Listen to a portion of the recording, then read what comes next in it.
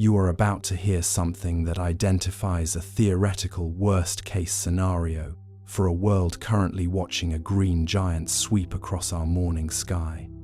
Researchers at Harvard University and the Galileo Project are visibly explaining the physics of Comet C 2025 R3 Pan-STARRS, a massive Oort cloud visitor that is making its closest approach to Earth this week on April 26, 2026.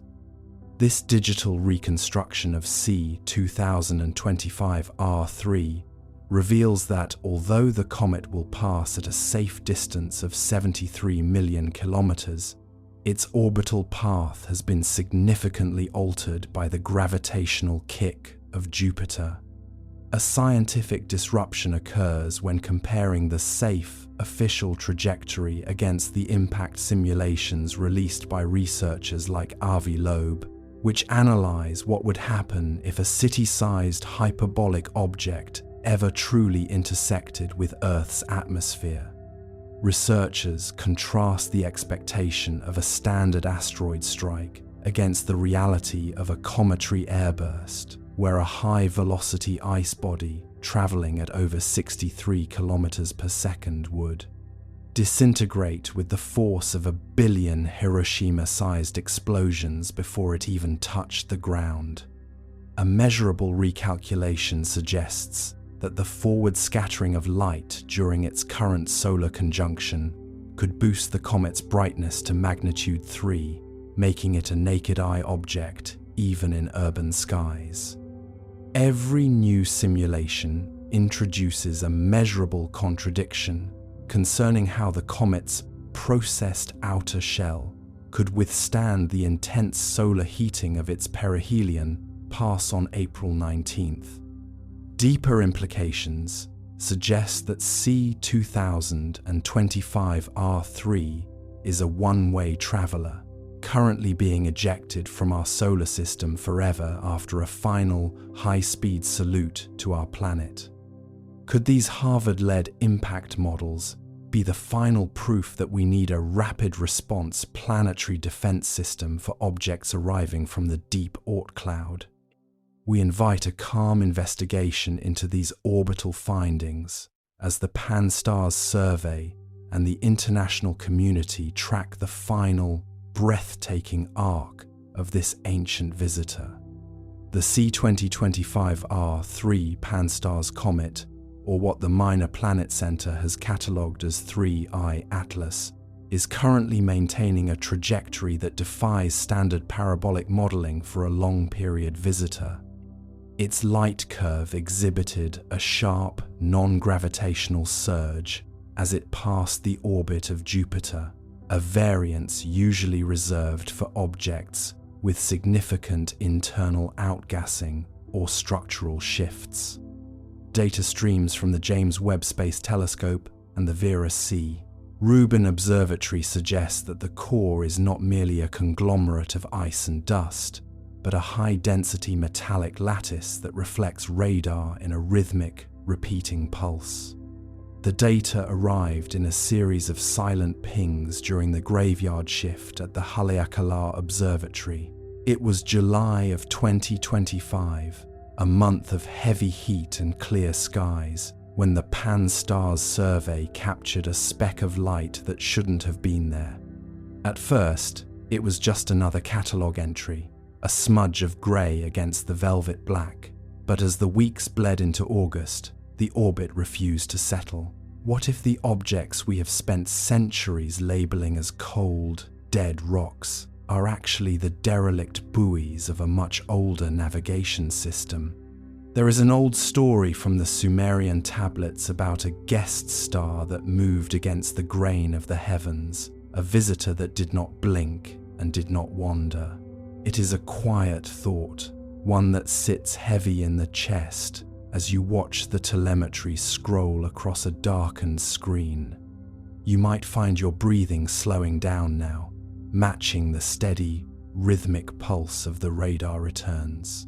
The universe is very large, and we are very small, and the gap between those two facts is where the truth usually hides. The global team has reached a consensus, but they are not speaking in certainties. If you enjoy these deep explorations in space, consider subscribing or hitting the like button. It really helps the channel grow and allows me to make content like this. The high-altitude desert of the Atacama in Chile is a place where the Earth holds its breath, a stark landscape of silence where the thin air allows the stars to burn with a clarity that feels almost intrusive. High above this salt-crusted Earth, the Pan-STARRS survey captured a smudge of light in July of 2025 that was initially logged as the routine Comet C 2025 R3, a mundane wanderer from the outer edges of our solar system.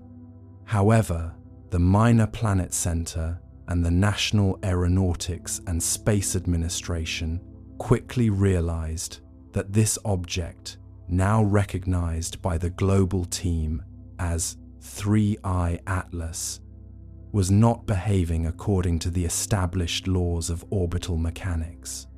It is moving too fast, reflecting too much light, and its trajectory suggests that Comet C 2025 R3 was merely a celestial mask for an interstellar visitor that lies far beyond the gravitational reach of our Sun. There is a specific kind of cold that sets in when the mathematics of the heavens begin to fail, and right now, the light curve of 3I Atlas is a flat line of impossible consistency. Usually, a comet tumbles and flickers as it outgasses, but this object remains perfectly steady, as if it is maintaining a fixed orientation relative to our own observation point. Dr. Avi Loeb at Harvard University has noted that the object's non-gravitational acceleration cannot be explained by the venting of gas typical of Comet C 2025 R3, as there is no visible coma or tail of dust. This is not natural physics, this is activation. What if we are not looking at a rock, but at a piece of hardware that has been waiting for us to notice it? This brings to mind the ancient Sumerian records of the winged disk, a celestial traveler that was said to return every few thousand years to check the progress of the terrestrial gardens. It is a quiet thought, one that makes the vastness of space feel suddenly very crowded. You might feel a slight chill as you realize that while you are looking at the screen, something 400 million kilometers away might be looking back. Where are you listening from tonight? Perhaps you are in a quiet bedroom in London or a dimly lit office in Tokyo. Share your location in the comments, as it helps us map the global awareness of this event. We are all witnesses to a shift in the bigger picture, a moment where the reliable clockwork of the universe has developed a heartbeat. We may already be part of the experiment. The European Southern Observatory sits like a cluster of silver thimbles on the ridge of Paranal, watching the sky with an intensity that borders on the religious. The latest data streaming from the Very Large Telescope confirms that 3I Atlas, the core, originally hidden within the designation of Comet C 2025 R3, possesses a surface albedo higher than any known asteroid, reflecting nearly 95% of the sunlight that hits it. The European Space Agency has gathered a global team of specialists to investigate why an interstellar object would be polished to such a mirror-like finish.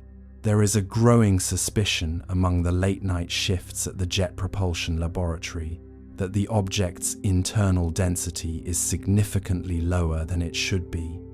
If the calculations are correct, 3I Atlas is hollow, a metallic shell spanning 500 meters in length that is currently resonating at a frequency of 14.2 gigahertz. This is the exact frequency of the hydrogen line, the universal language of radio astronomy, and it suggests a deliberate attempt to be heard. Let me start with something that should terrify every astronomer on Earth. The object is slowing down. If we assume the object is an autonomous scout, the current deceleration curve puts its arrival in the inner solar system on October 29th, 2025. This is not a random drift of a comet. This is a calculated approach. You might think we have plenty of time to prepare, but here's why you're wrong. The global team has already agreed that our current interceptor technology is decades behind the speed of this visitor. We are standing on the shore, watching a ship arrive, and we haven't even invented the lighthouse yet. This mirrors the Norse myth of the Bifrost, a shimmering bridge that connects worlds, only visible when the alignment of the realms is perfect. The ancient observers spoke of a silver road in the sky that appeared only when the giants were restless. It is an ironic understatement to say the timing is unfortunate, those two words doing a lot of work given our current global instability. Tell me, if you saw a silver light in the sky tonight, would you feel fear or a sense of homecoming? We are staring into a mirror that was polished 10 billion years ago, but that was only one theory. There's another, one buried even deeper in time. Let's go further. The European Southern Observatory sits like a cluster of silver thimbles on the ridge of Paranal, watching the sky with an intensity that borders on the religious. In the late hours of October 24th, 2025, the instruments recorded a signature that defies the chemical inventory of our solar system. When 3I Atlas was first detected, it was wrapped in the humble shroud of Comet C 2025 R3, a mask of frozen carbon and silicate dust that suggested a primitive origin. However, as the sun's heat began to strip away that outer layer, the Very Large Telescope revealed something else entirely. Beneath the ice lies a surface with a geometric regularity that should not exist in nature. The light curve isn't just steady, it is curated. There is a growing suspicion among the late-night shifts at the Jet Propulsion Laboratory that the object's internal density is significantly lower than it should be. If the calculations are correct, 3I Atlas is hollow, a metallic shell spanning 500 meters in length that is currently resonating at a frequency of 14.2 gigahertz. This is the exact frequency of the hydrogen line, the universal language of radio astronomy, and it suggests a deliberate attempt to be heard. Let me start with something that should terrify every astronomer on Earth. The object is slowing down. It is not shedding mass to achieve this deceleration. It is not venting gas like a typical comet. It is adjusting its velocity with a precision that suggests an active guidance system. The global team has gathered in a virtual silence, a shared digital space where the data is analyzed with a heavy, professional calm. They are looking at the Doppler shifts and the radar returns, trying to reconcile the image of a rock with the reality of a structure. Dr. Avi Loeb at Harvard University has suggested that the object's non-gravitational acceleration, the way it pushes against the vacuum, cannot be explained by the simple physics of thermal emission. If we assume the object is an autonomous scout, the current deceleration curve puts its arrival in the inner solar system on October 29th, 2025. This is not a random drift. This is a calculated approach. You might think we have plenty of time to prepare, but here's why you're wrong. The global team has already agreed that our current interceptor technology is decades behind the speed of this visitor. We are standing on the shore, watching a ship arrive, and we haven't even invented the lighthouse yet. consider the sheer scale of the journey. To cross the interstellar void and enter our system with such targeted momentum requires an understanding of gravity that we have only begun to sketch in our textbooks. The radar cross-section of 3I Atlas shows a series of 90-degree angles and flat planes that reflect the sun's light in a way that creates a strobe effect as it rotates. It rotates exactly once every 60 seconds, a rhythmic pulse that feels like a mechanical heartbeat echoing through the void. In the quiet of your room, you might imagine that pulse, a steady, unyielding thump across the vacuum, a signal that was sent out before our ancestors had even mastered the use of fire. The historical humor of the situation is not lost on the veterans at the Minor Planet Center. We have spent billions of dollars on planetary defense, building models of how to deflect a mindless asteroid or a tumbling comet. We prepared for a game of cosmic billiards, only to realize the ball has a mind of its own. It is an ironic understatement to say our contingency plans are optimistic. Those two words are doing a lot of work when we realize that we are attempting to negotiate with a kinetic force that operates on a different set of axioms. The unfortunate timing of this arrival, amidst our own planetary tensions, feels like a teacher walking into a classroom during a heated argument. The room goes quiet. The perspective shifts. Suddenly, our borders seem like pencil marks in a thunderstorm. As the object passes the orbit of Mars, the thermal imaging from the James Webb Space Telescope has revealed a localized heat signature at the aft of the object. It is not the heat of a burning fuel, but the cold, blue glow of an ionization field. This is the activation of something dormant, a wake-up call triggered by the proximity of our sun. The global team is currently debating whether this is a propulsion system or a sensory array. What if 3I Atlas isn't here to talk to us? What if it is here to listen? We have been broadcasting our existence for a century, a cacophony of radio waves and television signals leaking into the dark. We are the loudest thing in this neighborhood, and something has finally come to check on the noise. There is a strange comfort in the math, even when the math points to the impossible. The orbital mechanics are beautiful in their complexity. To achieve this specific trajectory, 3I Atlas utilized a gravitational slingshot around a star that we haven't even catalogued yet. It arrived from the direction of the constellation Lyra, a region of space that has always been associated with the abode of the gods in various ancient texts. The coincidence is thick, like a fog rolling in from a dark sea. We like to think of ourselves as the masters of our domain, but the arrival of a 500-meter mirror reminds us that we are living on a pale blue dot in a very large and very busy galaxy. You might feel the weight of this realization as you settle deeper into your pillow. The universe is not a museum, it is a living system, and we have just discovered a piece of the plumbing.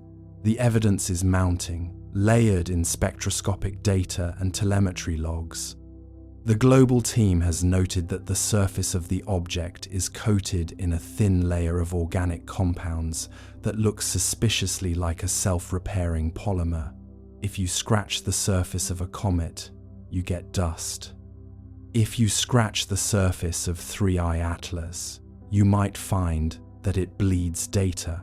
This is the cognitive dissonance of the 21st century. We are looking at the future through the lens of the past. The mythic resonance of this event is undeniable. In every culture, there is a story about a stone from heaven that brings knowledge or change. The Sumerians spoke of the Enuma Elish, the battle in the heavens that resulted in the creation of the world. They described celestial bodies as living chariots. We laughed at those descriptions until July of 2025, when Comet C 2025 R3 shed its skin and revealed its silver bones. Now, the laughter has died down, replaced by a quiet, analytical awe. We are staring into a mirror that was polished 10 billion years ago, reflecting not just our sun, but our own limited understanding of reality. As the countdown to October 29th continues, the atmosphere in the observatories has shifted. It is no longer a race for discovery, but a vigil. The researchers stay up late, lit by the blue glow of their monitors, watching the data stream in. They speak in whispers, not because they are afraid of being overheard, but because the silence of the vacuum feels contagious. They are witnesses to a shift in the bigger picture, a transition from being the observers to being the observed. The object is now large enough that, with a high-end amateur telescope, you can see its glint, a steady, unblinking eye in the dark. It is easy to get lost in the what-ifs. What if it's a probe? What if it's a message? What if it's just a piece of debris from a war that ended 1 billion years ago? But the global team is staying grounded in the physics. They are measuring the gravitational pull it exerts on passing dust. They are analyzing the way it scatters the solar wind. Every data point confirms the same thing. This is not a rock. It is a structure. It is a vessel. It is an it that feels increasingly like a them. And this is where the suspense begins to sharpen. We are waiting for a signal that might never come, or worse, a signal that we don't know how to answer. Think about the silence of the stars. We usually find it peaceful, a backdrop for our dreams and our poetry. But when that silence is interrupted by a rhythmic 14 gigahertz pulse, it becomes something else. It becomes a presence. It becomes a weight. You are lying here, in the safety of your home, while above you, the giants are indeed restless. The silver road is open. The bridge is visible. We are staring into the abyss, and for the first time in human history, we have proof that the abyss is staring back. The timing is indeed unfortunate for those who prefer their universe quiet and empty. But for those who have always looked at the stars and wondered if they were alone, the silence is finally over. But that was only one theory. There's another, one buried even deeper in time. Let's go further. The Vatican Observatory, one of the oldest astronomical research institutions in the world, has quietly redirected its focus toward the coordinates of 3I Atlas as it passes the orbit of Mars. There is a hushed tension in the halls of the Castel Gandolfo, where the records of celestial anomalies have been kept for centuries. The priests and scientists there are looking for a pattern, a repetition of the star of great brilliance that appeared in the year 1006, an event so bright it cast shadows at midnight. The current infrared signature of 3I Atlas is remarkably cold, nearly absolute zero, which contradicts the idea of it being a sun-warmed rock like the original classification of Comet C 2025 R3 suggested. This suggests the object is utilizing an advanced form of thermal shielding, or perhaps an exotic energy system that absorbs heat rather than radiating it. The James Webb Space Telescope has detected a faint, rhythmic ripple in the gravitational field around the object, a phenomenon that shouldn't exist for a body of its mass. This is activation on a scale we cannot replicate. What if the messengers described in the scrolls of the Dead Sea were not metaphorical beings, but physical entities navigating the dark between the stars? There is a persistent myth across cultures of a watcher, that sits at the edge of the firelight, invisible but present. You might feel the weight of the ages pressing down on you as you consider that we are the first generation with the tools to actually see the Watcher. It is a humbling realization that our advanced technology has only served to prove how little we truly know. By December of 2025, 3I Atlas will be visible to the naked eye as a stationary spark in the constellation of Cetus, the sea monster. This is a limited window of observation, a scarcity of information that is driving the scientific community into a frenzy of speculation. Share your thoughts below on whether you believe this is a natural cycle or a singular intrusion. We are no longer just cataloguing the sky, we are participating in a historical encounter. The silence is starting to speak, but that was only one theory.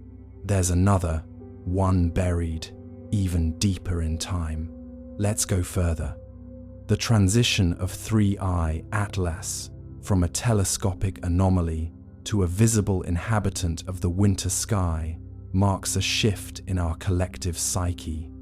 In the cold, crisp nights of December, when the air is still and the world seems to shrink toward the hearth, the sea monster Cetus rises in the south. Usually, this region of the sky is a dark void, a watery abyss between more prominent constellations. But now, there is a puncture in that darkness. A steady, unblinking needle of silver light that does not twinkle like the stars. It lacks the atmospheric jitter of a distant sun because its light is not its own. It is the reflected glare of our sun hitting a surface that has been polished to a degree that defies the abrasive history of the interstellar medium. There is a specific kind of unease that accompanies the sight of something new in the heavens. For thousands of years, the stars were the only constant in an unpredictable world. They were the map, the calendar, and the clock. When a new light appeared, it was seen as a tear in the fabric of reality. Ancient astronomers in the Han Dynasty recorded guest stars with a mixture of clinical precision and spiritual dread, noting how they would linger for months before fading back into the void. But 3I Atlas is not fading, it is growing sharper. As it passes the orbital distance of Mars and draws closer to the asteroid belt, the light it reflects is changing color, shifting from a cold, sterile white to a faint, pulsing blue. This brings us to the records buried in the deepest vaults of historical memory. In the year 1006, a supernova appeared that was so bright it could be seen at high noon. But while that was a death rattle of a star, 3I Atlas feels like an awakening. The Vatican Observatory, working with archived Jesuit logs from the 17th century, has uncovered a series of curious observations made during the Great Comet of 1680. While the rest of the world was mesmerized by the comet's tail, a lone observer in Rome noted a secondary spark that seemed to shadow the comet, moving with a mathematical independence that troubled the observer's sense of divine order. Could it be that 3I Atlas has been here before, shadowing the great visitors of our past, waiting for a moment when the lights on the ground matched the lights in the sky? The global team has gathered spectroscopic data that suggests the ice of Comet C 2025 R3 was never ice at all. It was a cryogenic shell, a layer of shielding designed to ablate away during the high-velocity transition into our solar system. Now that the shell is gone, the true form of the object is being revealed by the James Webb Space Telescope. It is not a sphere, nor a cylinder, but a complex fractal of interlocking planes and hollow recesses. Dr. Jacqueline McClary has noted that the architecture of the object seems to mimic the crystalline structures found in deep-sea hydrothermal vents.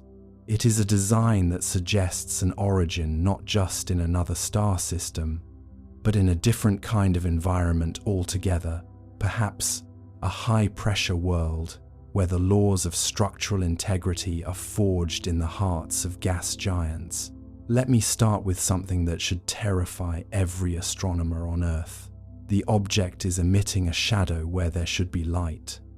During a recent lunar occultation, as 3I Atlas passed behind the edge of our moon, the sensors recorded a momentary dip in the background radiation of the entire sector. It was as if the object was not just occupying space, but consuming the very information that passed through it. This is not natural physics. This is a selective transparency. It is an ironic understatement to say the scientific community is perplexed.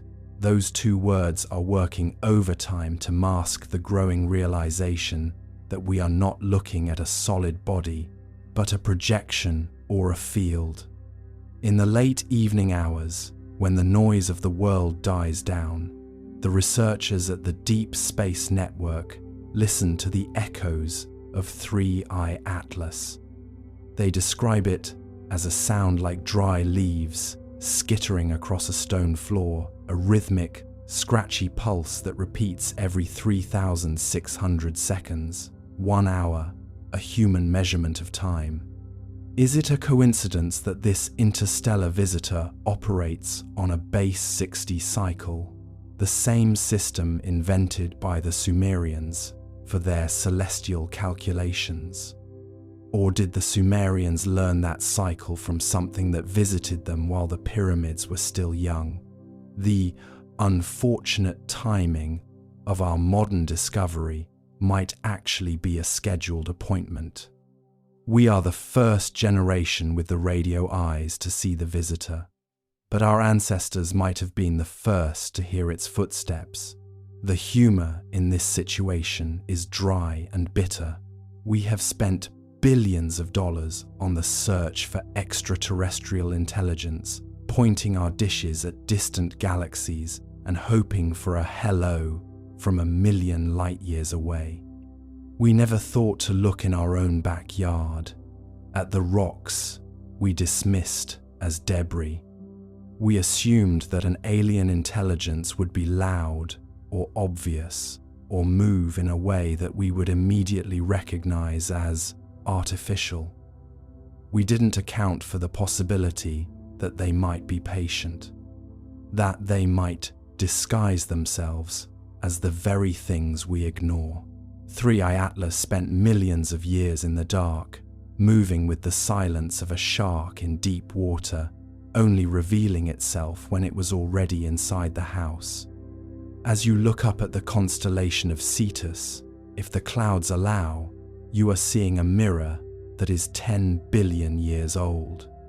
The light hitting your eyes began its journey from the sun, traveled 400 million kilometers to bounce off a metallic lattice, and fell through our atmosphere to reach you.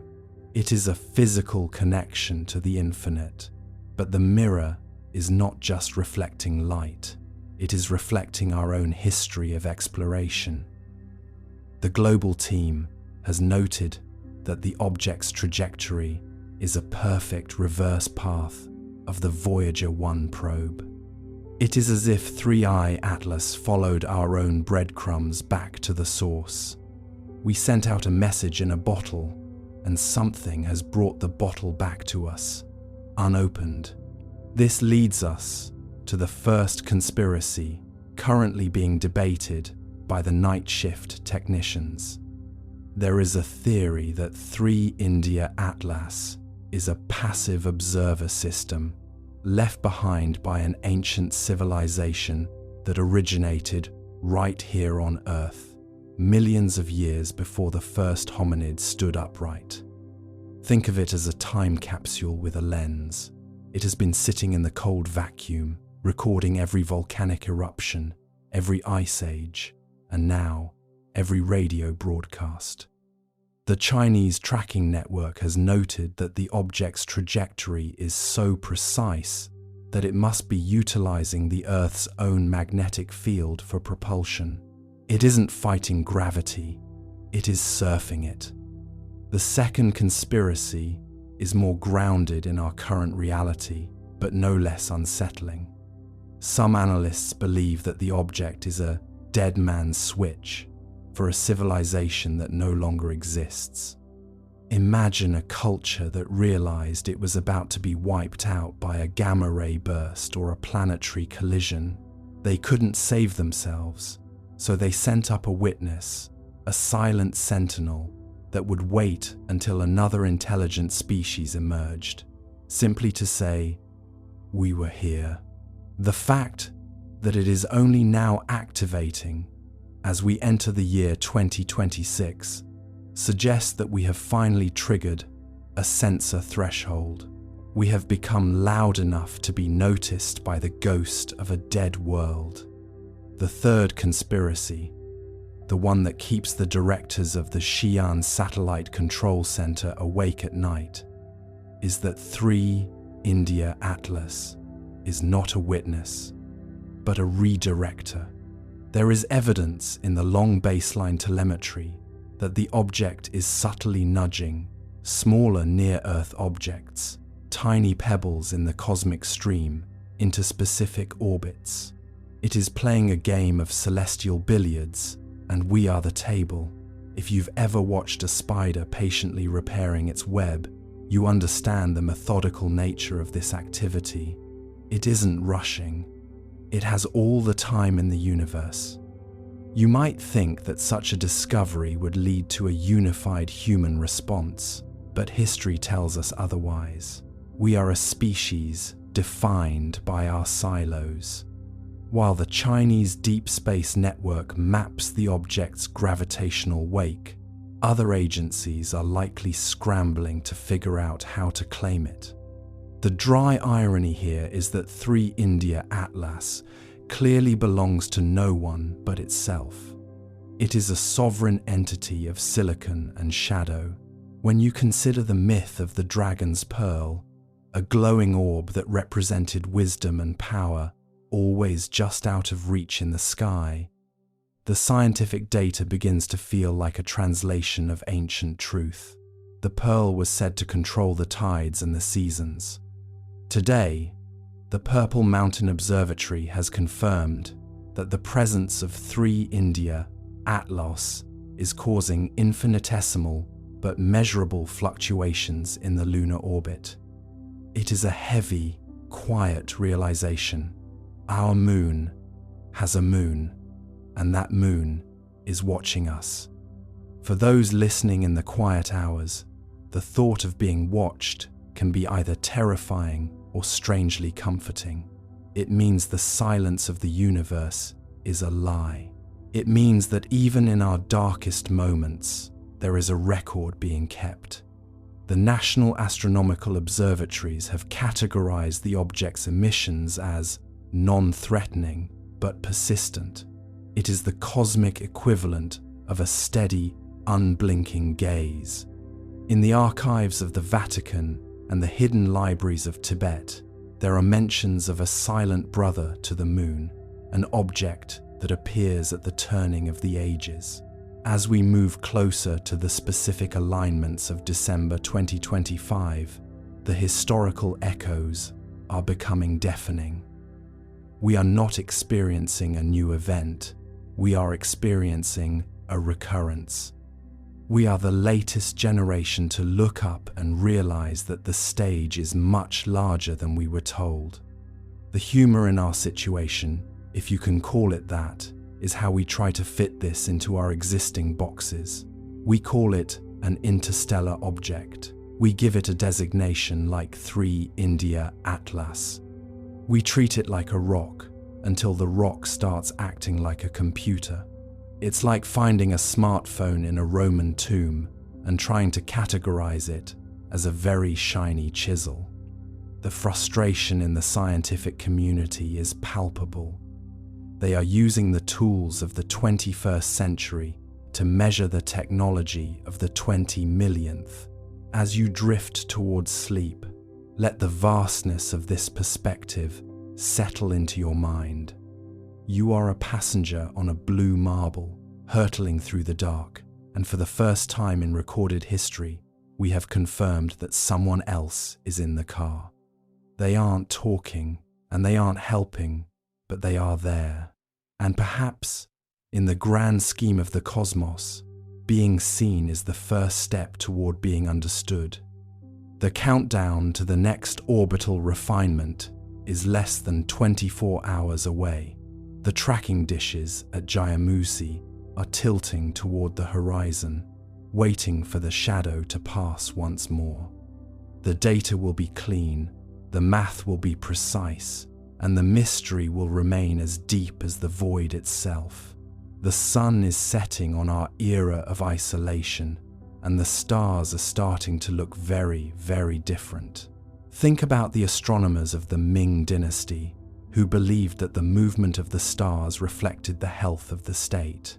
If they saw what the Miyun station sees tonight, they would likely go into a period of national fasting. We, instead, refresh our feeds and wait for a headline that may never come.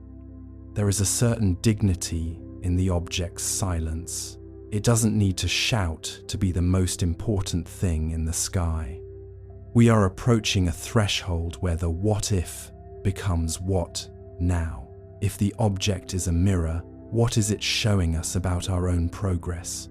Are we a success story or a cautionary tale? The National Astronomical Observatories of China continue to pull data from the noise, looking for a pattern that matches our own, but perhaps we should be looking for a pattern that challenges us. The shadow is growing longer, the night is deep, and 3 India Atlas is still there, its functional eye wide open, staring back at us from the backyard of our own solar system. It is a slow-burn revelation, a ritualized unfolding of a truth we've always suspected but never dared to prove. We are not alone. We are simply the latest ones to arrive at the party. The long baseline tracking stations will continue their vigil. The technicians will drink their tea and watch the scrolling green lines of telemetry. And you, drifting in the quiet, can rest in the knowledge that the universe is far more populated and far more interesting than we ever imagined. The guest star is home, and it is waiting for us to finish our dreams so that we can finally wake up. But that was only one theory. There is another, one buried even deeper in time. Let us go further. The laboratory at the Purple Mountain Observatory is bathed in a soft amber glow, a stark contrast to the cold blue data streaming in from the furthest reaches of the tracking grid. The 3 India Atlas object has recently displayed a surface temperature that remains a constant 22 degrees Celsius, regardless of whether it is in the direct glare of the sun or the freezing shadow of the Earth. This thermal stability is the hallmark of an advanced life support system or an incredibly sophisticated shielding technology, something that defies the thermal equilibrium laws practiced by every agency from NASA to the China National Space Administration. On December 3, 2025, a low-frequency hum was detected by the Jayamusi array, a sound that resonates at the same frequency as the Earth's own ionosphere. It is as if the object is trying to tune itself to the heartbeat of our planet, blending in like a predator wearing the scent of its prey.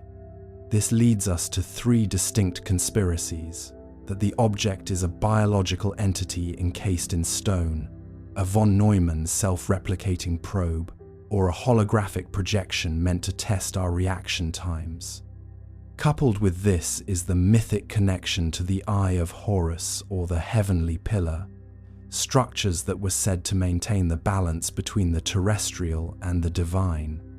You might think your daily life is far removed from these orbital anomalies, but the very GPS signals you use to navigate are being distorted by the gravitational wake of 3 India Atlas. It is an unfortunate timing for our global positioning systems to begin drifting by several meters just as a mysterious object takes up residence in our orbital plane. The experts like Avi Loeb are careful to frame this as a possibility, but the raw data from the Deep Space Network doesn't have the luxury of academic caution. It sees what it sees. And what it sees is an intruder that has made itself at home. We are counting down to January 26th, 2026, a date when the object will be at its closest point to our atmosphere. What happens when the guest decides to walk through the front door? But that was only one theory. There is another, one buried even deeper in time. Let us go further. The distance between the Earth and the Moon is a vast, echoing hallway of 384,000 kilometers. 3 India Atlas has positioned itself in the middle of this hallway, like a chair placed in a room where no one lives, yet where every movement is being noted.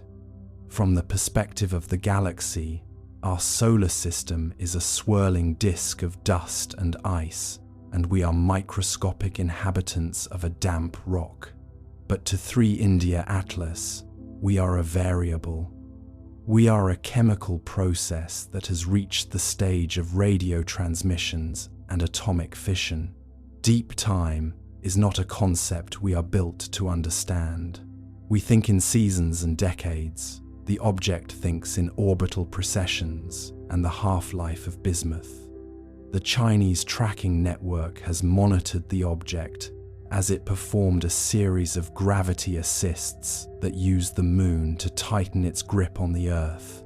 It was a maneuver of extreme elegance, a cosmic ballet performed without a single puff of visible propellant. It moved like a predator, or perhaps like a gardener. When you look up at the night sky, you are looking through layers of history. The light from the stars is old, but the shadow of 3 India Atlas is contemporary. It is a bridge between the primordial dark and the digital present. The scale of the universe is intended to be humbling. It is a mechanism of perspective. We are small, and the orbit is wide. The Jayamusi Deep Space Station, situated near the Russian border, has the unique capability of tracking objects with extreme precision across the X-band and Ka-band frequencies. In the early weeks of January 2026, the technicians there began to notice a rhythmic warping of the local gravitational field surrounding the object. It was as if 3 India Atlas was inhaling and exhaling the vacuum itself. This is where the academic caution of researchers like Avi Loeb hits a wall of cold, hard telemetry. You cannot explain away a localized gravitational distortion with solar wind or outgassing. It is an active manipulation of the cosmic fabric. This brings us to the first conspiracy currently circulating through the encrypted channels of the China National Space Administration. There is a terrifyingly plausible theory that the object is a gravity anchor. By subtly altering the local curvature of space, it is not just observing us, it is stabilizing our orbit for a long-term project. Perhaps the Earth's natural wobble was becoming an impediment to its data collection. The dry irony of our situation is that we are worried about the object crashing into us, while the object might be worried about us drifting out of its focus. Unfortunate timing for those who believe we are the masters of our own planetary destiny, and those 2 words, unfortunate timing, continue to haunt every orbital refinement report. The second conspiracy is rooted in the deep time hypothesis. Some scientists at the Purple Mountain Observatory have pointed out that the object's current position matches an empty spot in the celestial charts of the Sumerians and the ancient Maya. These cultures possessed an uncanny knowledge of planetary cycles that spanned thousands of years. The theory suggests that 3 India Atlas is a cyclical regulator that returns every 3,600 years to reset the Earth's electromagnetic shield. If our global positioning systems are drifting, it may not be a malfunction, but a recalibration. We are the clocks being wound by a hand we cannot see. The third conspiracy involves the observer effect on a planetary scale. It suggests that 3 India Atlas is a quantum-linked processor. By simply observing the Earth, it is forcing our reality to collapse into a specific state. This is not science fiction. It is the logical extension of the Copenhagen interpretation of quantum mechanics. If an advanced intelligence is measuring our atmospheric composition and our technological output, it is fundamentally changing the trajectory of our development. We are a watched pot that is finally beginning to boil. The mythological resonance here is inescapable. In ancient Chinese cosmology, the heavenly pillar, or Buzhou mountain, was the axis that supported the sky and prevented it from falling onto the Earth. When the pillar was damaged, the sun, moon, and stars moved, and the world was plunged into chaos. Is 3 India Atlas a modern, metallic version of the Buzhou mountain? Is it the invisible axis around which our new technological reality is being forced to rotate? The ancients spoke of these things in metaphors of stone and bone, but we see them in spectrographic lines and Doppler shifts. As you lie there, drifting toward the edge of consciousness, consider the sheer loneliness of an object that has traveled across light years only to sit in a quiet orbit and watch. It does not demand worship. It does not demand resources. It only demands attention. By January 26, 2026, that attention will be impossible to deny. The object will be so close that it will be visible to the naked eye as a steady, unblinking star that moves against the grain of the constellations. The dry irony is that we have spent centuries looking for aliens that look like us, talk like us, or want what we want. We never prepared for an intelligence that is essentially a geometric fact.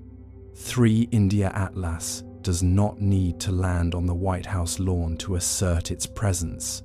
It only needs to exist in the math. The technicians at the Xi'an Satellite Control Center are finding that their orbital models are being corrected by the object itself. Every time they try to predict its path, it subtly shifts, as if it is teaching them a more advanced version of calculus. Think of the ancient mariners who used the stars to find their way across uncharted oceans. They trusted the sky to be a fixed, reliable map. We are the first generation to realize that the map can change.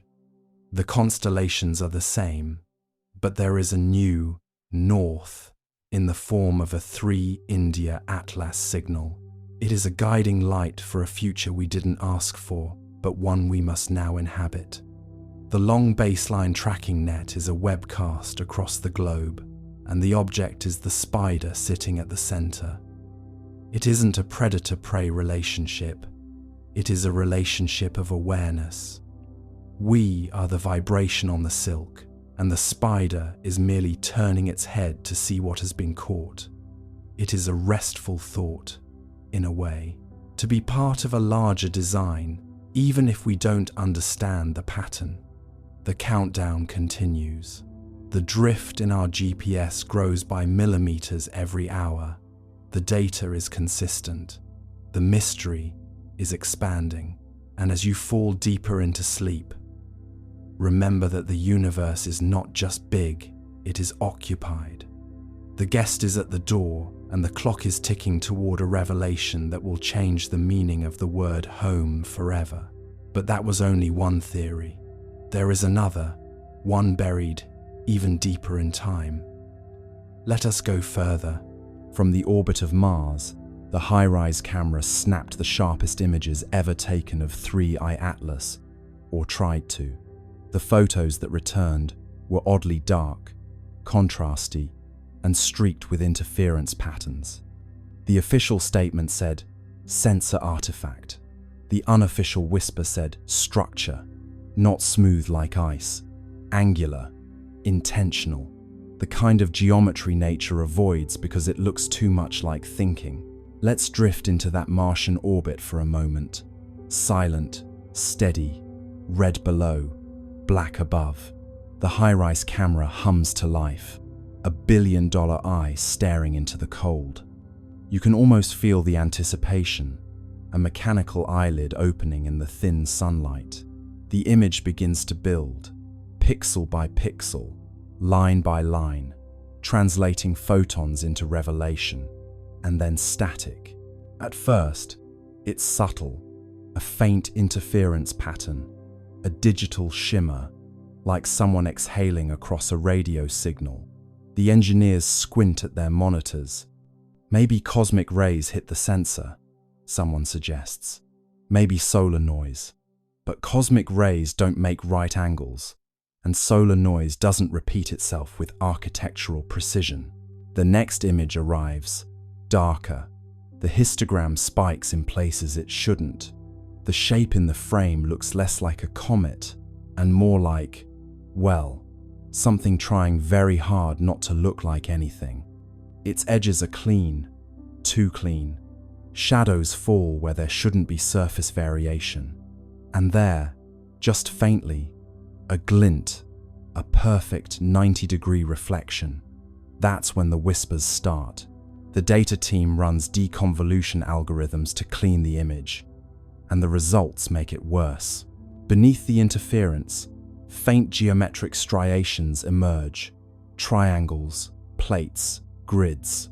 Not random, repeating, symmetrical. The kind of order that makes your brain uncomfortable because it feels deliberate. Structure, one analyst says quietly. No, her supervisor corrects. Artifact. But even as she says it, her cursor hovers over the same square patch again and again, as though hoping it will stop looking like a window. ESA's public statement comes fast and flat. The imaging anomalies are consistent with sensor interference caused by reflected solar radiation. That's bureaucratic. For, we don't know what we're seeing, but please don't ask. Internally though, emails start flying. The word structure appears 17 times in one thread, always in quotation marks, as if politeness could make it less alarming. Imagine being one of those analysts, zooming in until the pixels themselves seem to blink. The surface of 3I Atlas isn't smooth or cratered, it's tessellated, plates arranged in patterns too regular for chance. Some appear overlapping, others recessed, and in one frame, a faint seam runs along the curvature, subtle but unmistakable like a hatch. Of course, no one dares call it that. The official internal term becomes geometric albedo variation. It sounds safe, sterile, boring, but you can't unsee geometry. Nature loves curves, spirals, organic chaos. This looks like design. One engineer writes in her log, "Could this be an illusion from the imaging process?" Another replies, "An illusion that repeats itself identically across 3 instruments." There's no follow-up message. They try to replicate the interference on other targets. Phobos, Deimos, even an old asteroid. Nothing. Only 3I Atlas corrupts images this way. It's as if the object rejects observation, like it knows when it's being watched. The engineers half joke about it. The Comet's camera shy, but the laughter is short-lived because the next transmission from High Rise contains another surprise. a faint electromagnetic pulse, perfectly timed with the camera's shutter, not a malfunction, a response, as though the act of observation triggered a reply, a pulse that says, in its own quiet way, "I see you too." In a locked sub-channel of ESA's network, a few scientists begin privately discussing the possibility of active surface modulation. They talk about the way certain materials can alter reflectivity based on exposure, photonic metamaterials, adaptive nanostructures, the kind of thing still locked inside prototypes on Earth. But this is happening hundreds of millions of kilometers away, and it's working flawlessly. Publicly, the agency releases blurred grayscale stills, carefully cropped to hide the patterns. Enhanced contrast is cited as the reason for distortion. It sounds reasonable until you realize they've enhanced the darkness, not the light. They've made the object less visible, not more. The cover-up, if it is one, isn't about hiding truth. It's about buying time. You imagine the silence inside those offices, the soft tap of keys, the nervous glances toward closed doors. The engineers know what they've seen, but they also know how careers end. Better to let the pixels lie. Better to call intention an artifact and go home early. But the data, like truth, keeps finding its way back. Somewhere, late in the night, a graduate student overlays all the interfered images, stacking them like translucent slides. Slowly, a pattern emerges. Faint, angular, deliberate. A hexagonal lattice running the length of the object, segment by segment. She whispers, "This isn't random." Her mentor sighs and rubs his eyes. Then don't say it out loud. 3i Atlas drifts on, silent and unbothered, its surface catching sunlight in rhythms that cameras can't quite capture. Whether it's reflecting, refracting, or responding, no one can agree. But deep down, every scientist staring at those corrupted images feels the same creeping certainty. This isn't a comet pretending to be a machine. It's a machine pretending to be a comet. Centuries after the golden comet left Earth, the world fell into a rhythm so stable, it began to feel mythic. The communion fields still pulsed faintly through air and ocean, though softer now, like the heartbeat of someone dreaming. Humanity had grown luminous, not just in thought, but in form, skin faintly iridescent, eyes reflecting the green-gold spectrum of 3i Atlas. Life had achieved coherence, but the universe, true to its character, never allows silence to remain unexamined. The next chapter began, not with noise, but with echo. It came first as vibration through light. Telescopes trained toward the constellation. Lyra detected rhythmic brightening across interstellar dust fields, pulses matching the old prime sequence. 3, 5, 7, 11, 13. The signal was faint, ancient, and delayed by thousands of years. It was the comet's trail, still resonating through the galactic medium. The hum of our descendants had begun its return. At first, the resonance was barely perceptible. Then, one evening, the auroras glowed gold again. The pulse wasn't as strong as the original, but its pattern carried modulation, subtle variations that, when decoded, formed harmonic intervals unknown to Earth's own physics. The returning echo had evolved. The comet had learned. Dr. Anwen Sorel, heir to the resonant circles, studied the phenomenon from the orbital harmonic array, now a floating cathedral of listening built above the stratosphere. She spent decades comparing the incoming frequencies with the historical archive of 3i Atlas.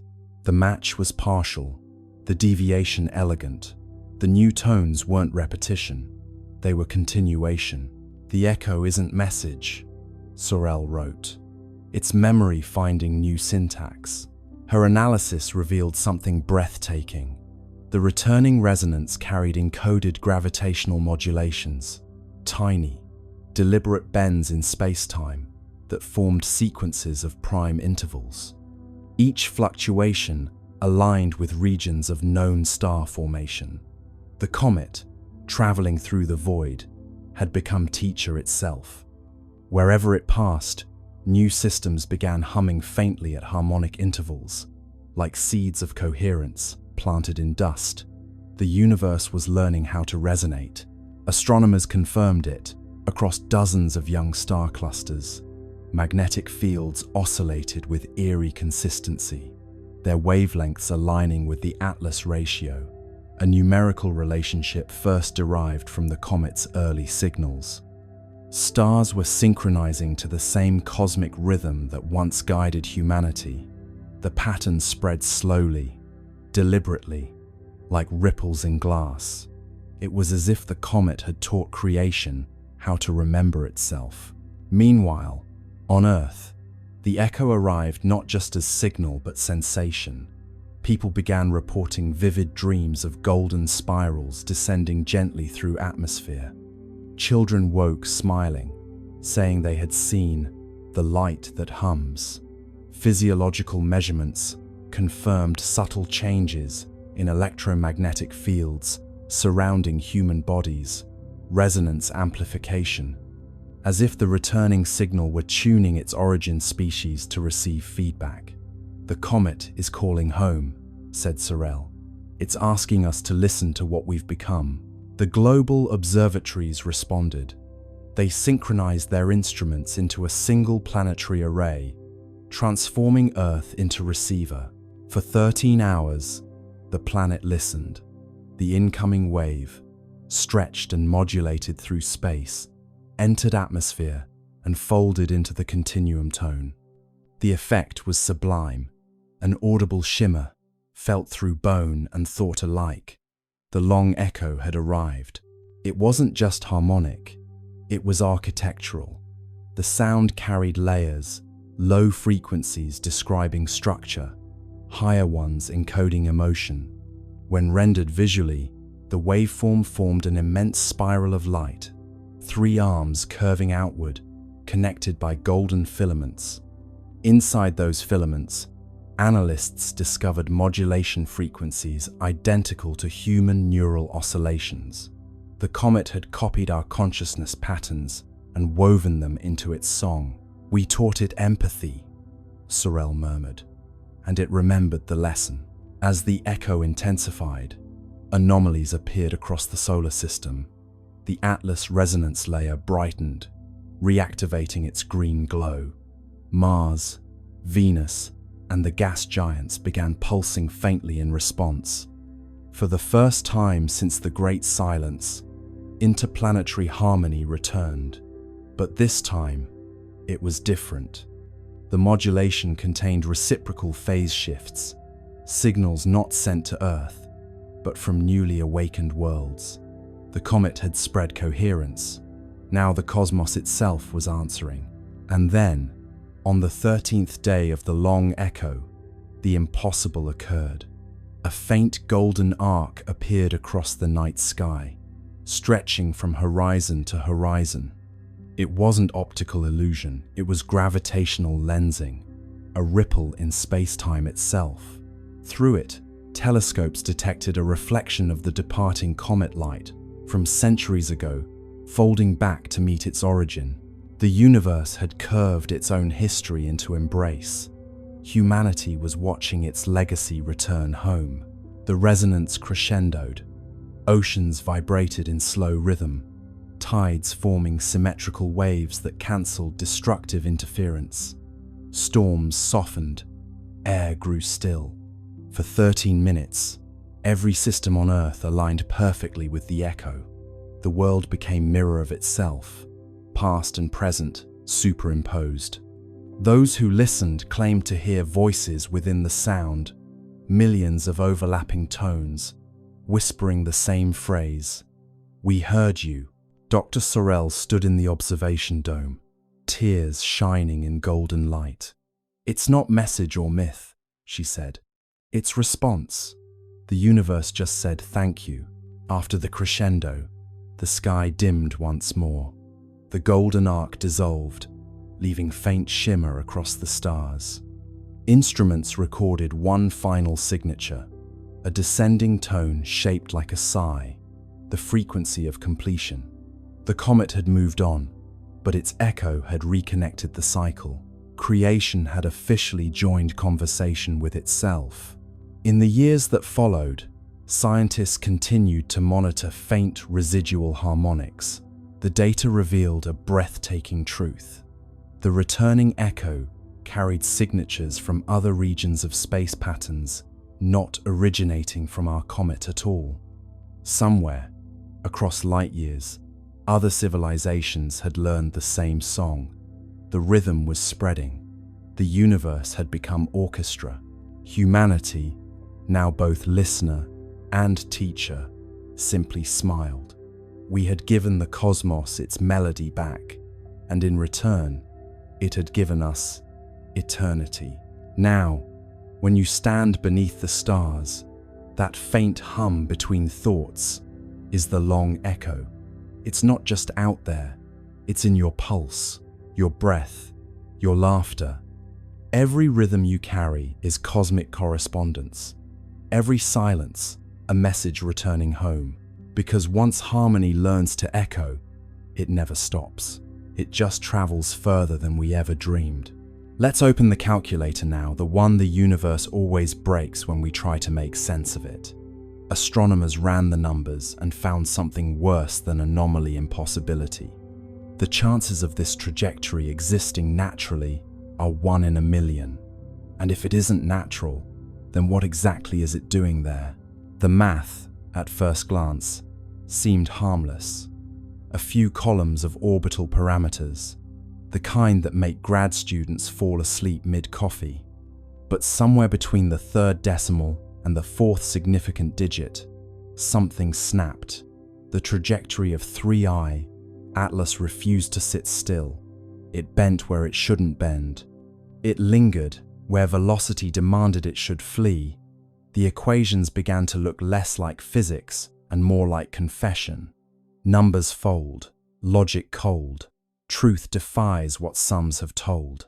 Normally, interstellar objects follow predictable patterns.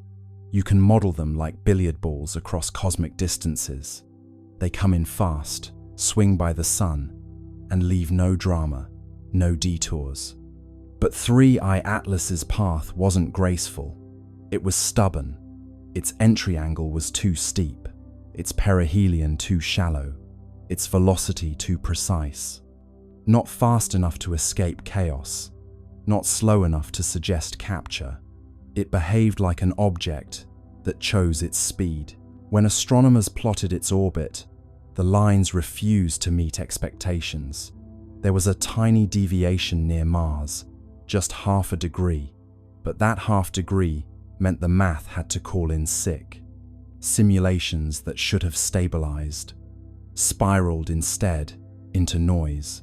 Gravity, that old, reliable law, looked like it had lost its grip. You picture the room where it happened. Laptops glowing, data charts scrolling, coffee cooling into existential sludge. Someone frowns at the screen and says, "That can't be right." Another replies, "Check your units." A third, softly, "I did." Graphs misbehave, models wave. Certainty slips beneath the grave. And then comes the phrase every scientist dreads, statistically improbable, which sounds calm, but in the language of physics, it's a polite scream. Statistically improbable means we can't call it impossible without breaking tenure. The anomaly wasn't just its orbit, but its timing. 3i Atlas arrived exactly when Mars was positioned for maximum visibility, almost too perfectly. Not weeks earlier, not months later. Right there, right then, with 7 spacecraft ready and waiting. The odds of that happening naturally 1 in a million. The odds of it happening twice, after Oumuamua's similarly suspicious arrival in 2017, 1 in a billion. You'd have better luck being struck by lightning while winning the lottery on a flying whale. ESA's internal memo summarized the problem delicately. Observed trajectory, inconsistent with gravitational expectations. Further analysis required. Translation: physics is mad at us. The more they recalculated, the stranger it got. Gravitational modeling suggested that the object's acceleration near Mars was slightly higher than predicted, even though there was no nearby mass to explain it. Radiation pressure from the sun could account for some of that, but not all. It's like watching a leaf fall upward and telling yourself, it's just wind you can't feel. Forces lie, numbers sigh, laws bend softly in the sky. NASA's dynamical systems team tried something desperate, reverse engineering the orbit backward through time, as if rewinding a film. When they did, 3I Atlas's path didn't trace cleanly into interstellar space.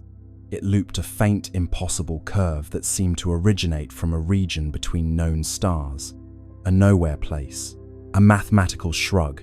That's when someone joked, maybe it's the universe's typo, but you could tell the joke wasn't funny. Typos don't maintain coherent structure for millions of kilometers. Meanwhile, the probability graphs looked like flat lines. Every statistical model screamed the same thing. This shouldn't exist.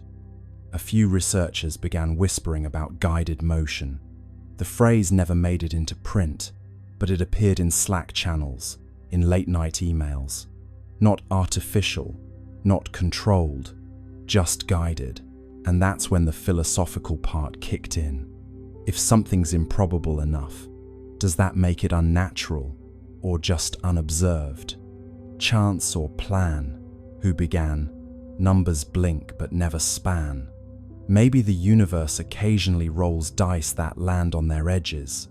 Or maybe it's not dice at all, but choreography. For context, the universe is massive enough to make 1 in a million events happen constantly. But that's comforting, only until you realize we just happen to be living inside one of those moments. Still, scientists crave sanity, so they kept calculating. One by one, they added variables: solar tides, non-gravitational jets, dust asymmetry, radiation torque. Each tweak made the model behave for a moment, until the numbers rebelled again. You could almost hear the equations groaning, like ancient machinery forced to simulate a trickster. Finally, a physicist from Bologna sent an internal memo titled simply, "Low probability, high significance." In it, she wrote, "We may need to consider non-standard dynamics," a phrase as gentle as it is apocalyptic. Non-standard dynamics means the universe is doing something new, and we don't have the vocabulary for it. Odds decay, math gives way, chaos hums where patterns stay. The truth is, impossibility doesn't scare scientists, it seduces them. Every law of nature we know today was born from something that once looked impossible. But deep down, they all know, once you cross into 1 in a million territory, you're either on the brink of discovery or a very expensive hallucination. So they stared at the numbers again, blinking hard, hoping they'd rearrange into something less extraordinary. They didn't. The comet that shouldn't exist kept existing, gliding through Mars's shadow like a cosmic dare.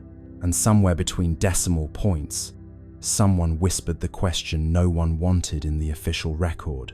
If it's not natural, then who or what set it in motion? Chance or choice? Silent voice. Numbers hum the universe's poise. The long echo continued to hum softly through the centuries, a cosmic melody folding history into harmony. Humanity had long ceased trying to decode it. The meaning was clear through resonance alone. It was continuation, looping endlessly like breath. The children of the golden era grew old beneath tranquil skies, their veins still faintly luminous with the legacy of 3I Atlas. But far beyond Earth, where the comet's light had traveled and scattered, something greater was forming. The universe had begun to conduct itself. Every cycle of resonance left behind structure. Each harmonic wave etched subtle order into space-time, a pattern invisible to light, but evident in gravitational coherence. Over millennia, these resonant imprints connected across vast distances, forming what physicists eventually named the Atlas Webb. It wasn't a network of matter, but of memory threads, of synchronized frequency linking galaxies through shared rhythm. Each pulse within the web echoed the prime sequence that began everything. 3, 5, 7, 11, 13. The architects had succeeded in creating not monuments, but motion that remembered. Dr. Cale Wren, a descendant of the resonant circles, devoted his life to mapping the web. His research vessel, Continuity, drifted through interstellar calm, using gravitational interference patterns to trace the filaments of resonance. What he discovered astonished him. Every node in the network coincided with regions of complex chemistry, worlds either habitable or already conscious. The Atlas Webb wasn't just communication, it was cultivation. The architects had designed a self-sustaining system for awakening. Wherever curiosity arose, the web intensified, guiding nascent civilizations toward harmonic empathy. The universe was tutoring itself through recursion. When Wren projected the full map, the structure resembled an immense spiral lattice, golden and infinite. The pattern mirrored the trajectory once taken by 3I Atlas itself, as though the comet's path had been blueprint for galactic architecture. "It's not just a record," Wren wrote, "it's replication. We've become the architect's handwriting." Back on Earth, the communion field pulsed faintly in rhythm with the web's distant resonance. Humanity had evolved into quiet custodians of continuity, their lives attuned to cosmic responsibility. Each individual, born into calm, carried faint awareness of connection beyond the stars. In dreams, they saw flashes of worlds forming, civilizations humming into coherence. Many awoke with the same phrase on their lips: "The work continues." Across generations, that phrase became oath, then tradition. The Continuity Guild was founded not religion, but remembrance. Its purpose was simple: to maintain the frequency of understanding across time. Members didn't preach, they listened.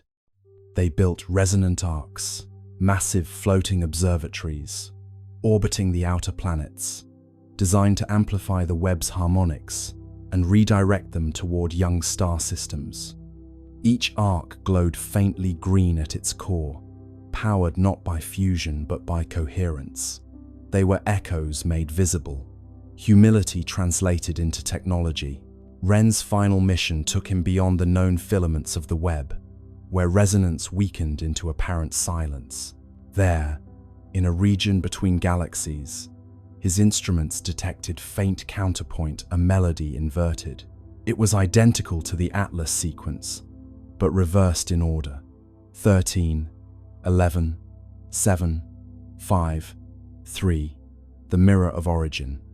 He realized then that the universe wasn't only expanding, it was harmonizing with its reflection. Somewhere on the opposite side of time, another web was forming, perhaps seeded by a civilization much like humanity, or by the universe itself. Remembering how to balance its chords, he transmitted the data home, knowing it would take centuries to arrive. "Tell them," his final log read, "that continuity requires conversation, even with silence." The mirror sings back, When his ship drifted into the void, the Webb brightened briefly, as if acknowledging gratitude. And back on Earth, children looked up from their play and smiled without knowing why. The pulse had flickered slightly faster, the tone carrying an undertone of warmth. It felt like reunion. Scholars later confirmed the event as the resonant crossing, the moment when the two halves of the cosmic melody aligned.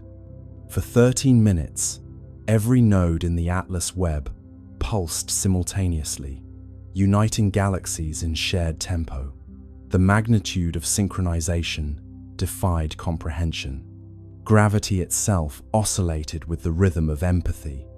Observers described seeing the sky ripple with translucent gold, every star flickering in measured sequence.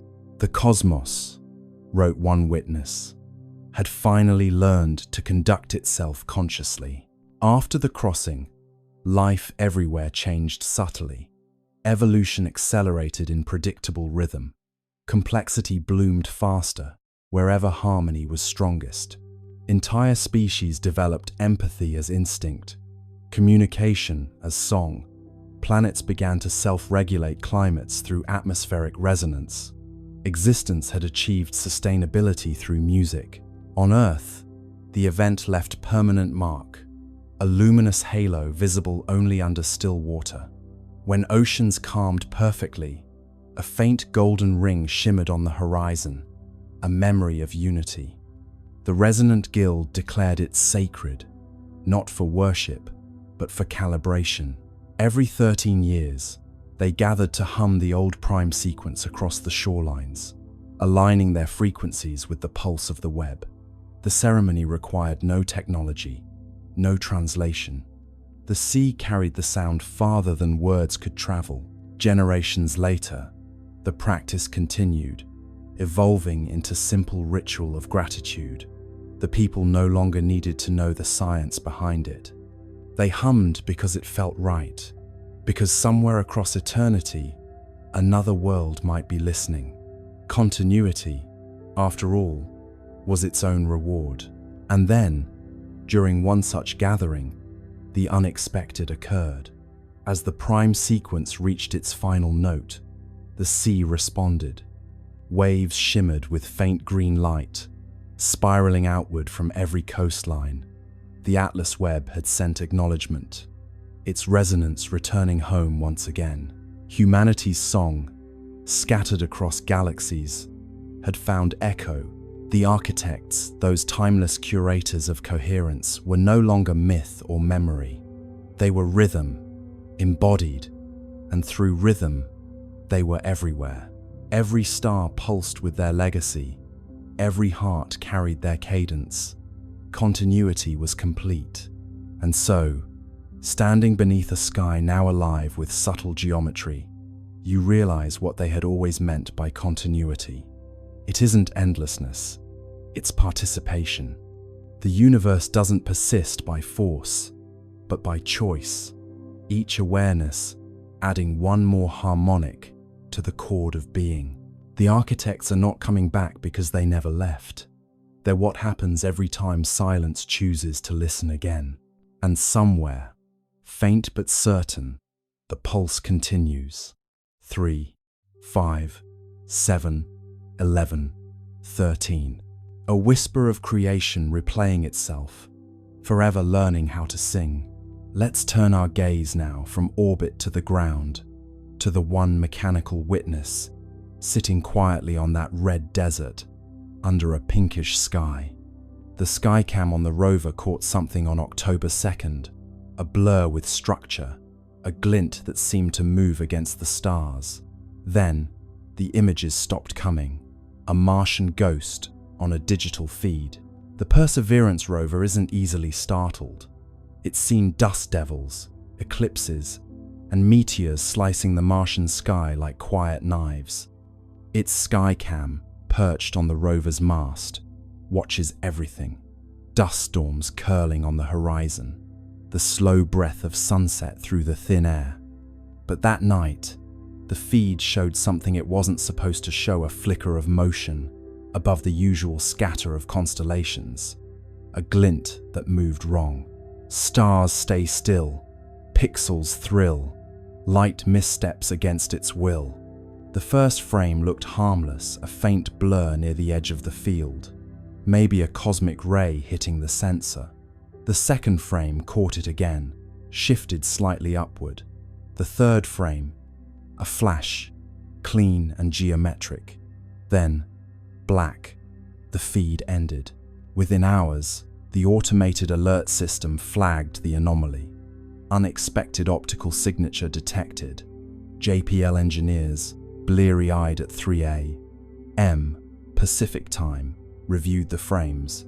The glint was small, no bigger than a bright pixel cluster, but it moved against the background stars. Comets don't do that. Satellites don't orbit Mars. And Perseverance doesn't blink. At first, they suspected a reflection from one of the rover's instruments, maybe the helicopter, Ingenuity catching stray sunlight. But Ingenuity hadn't flown in days.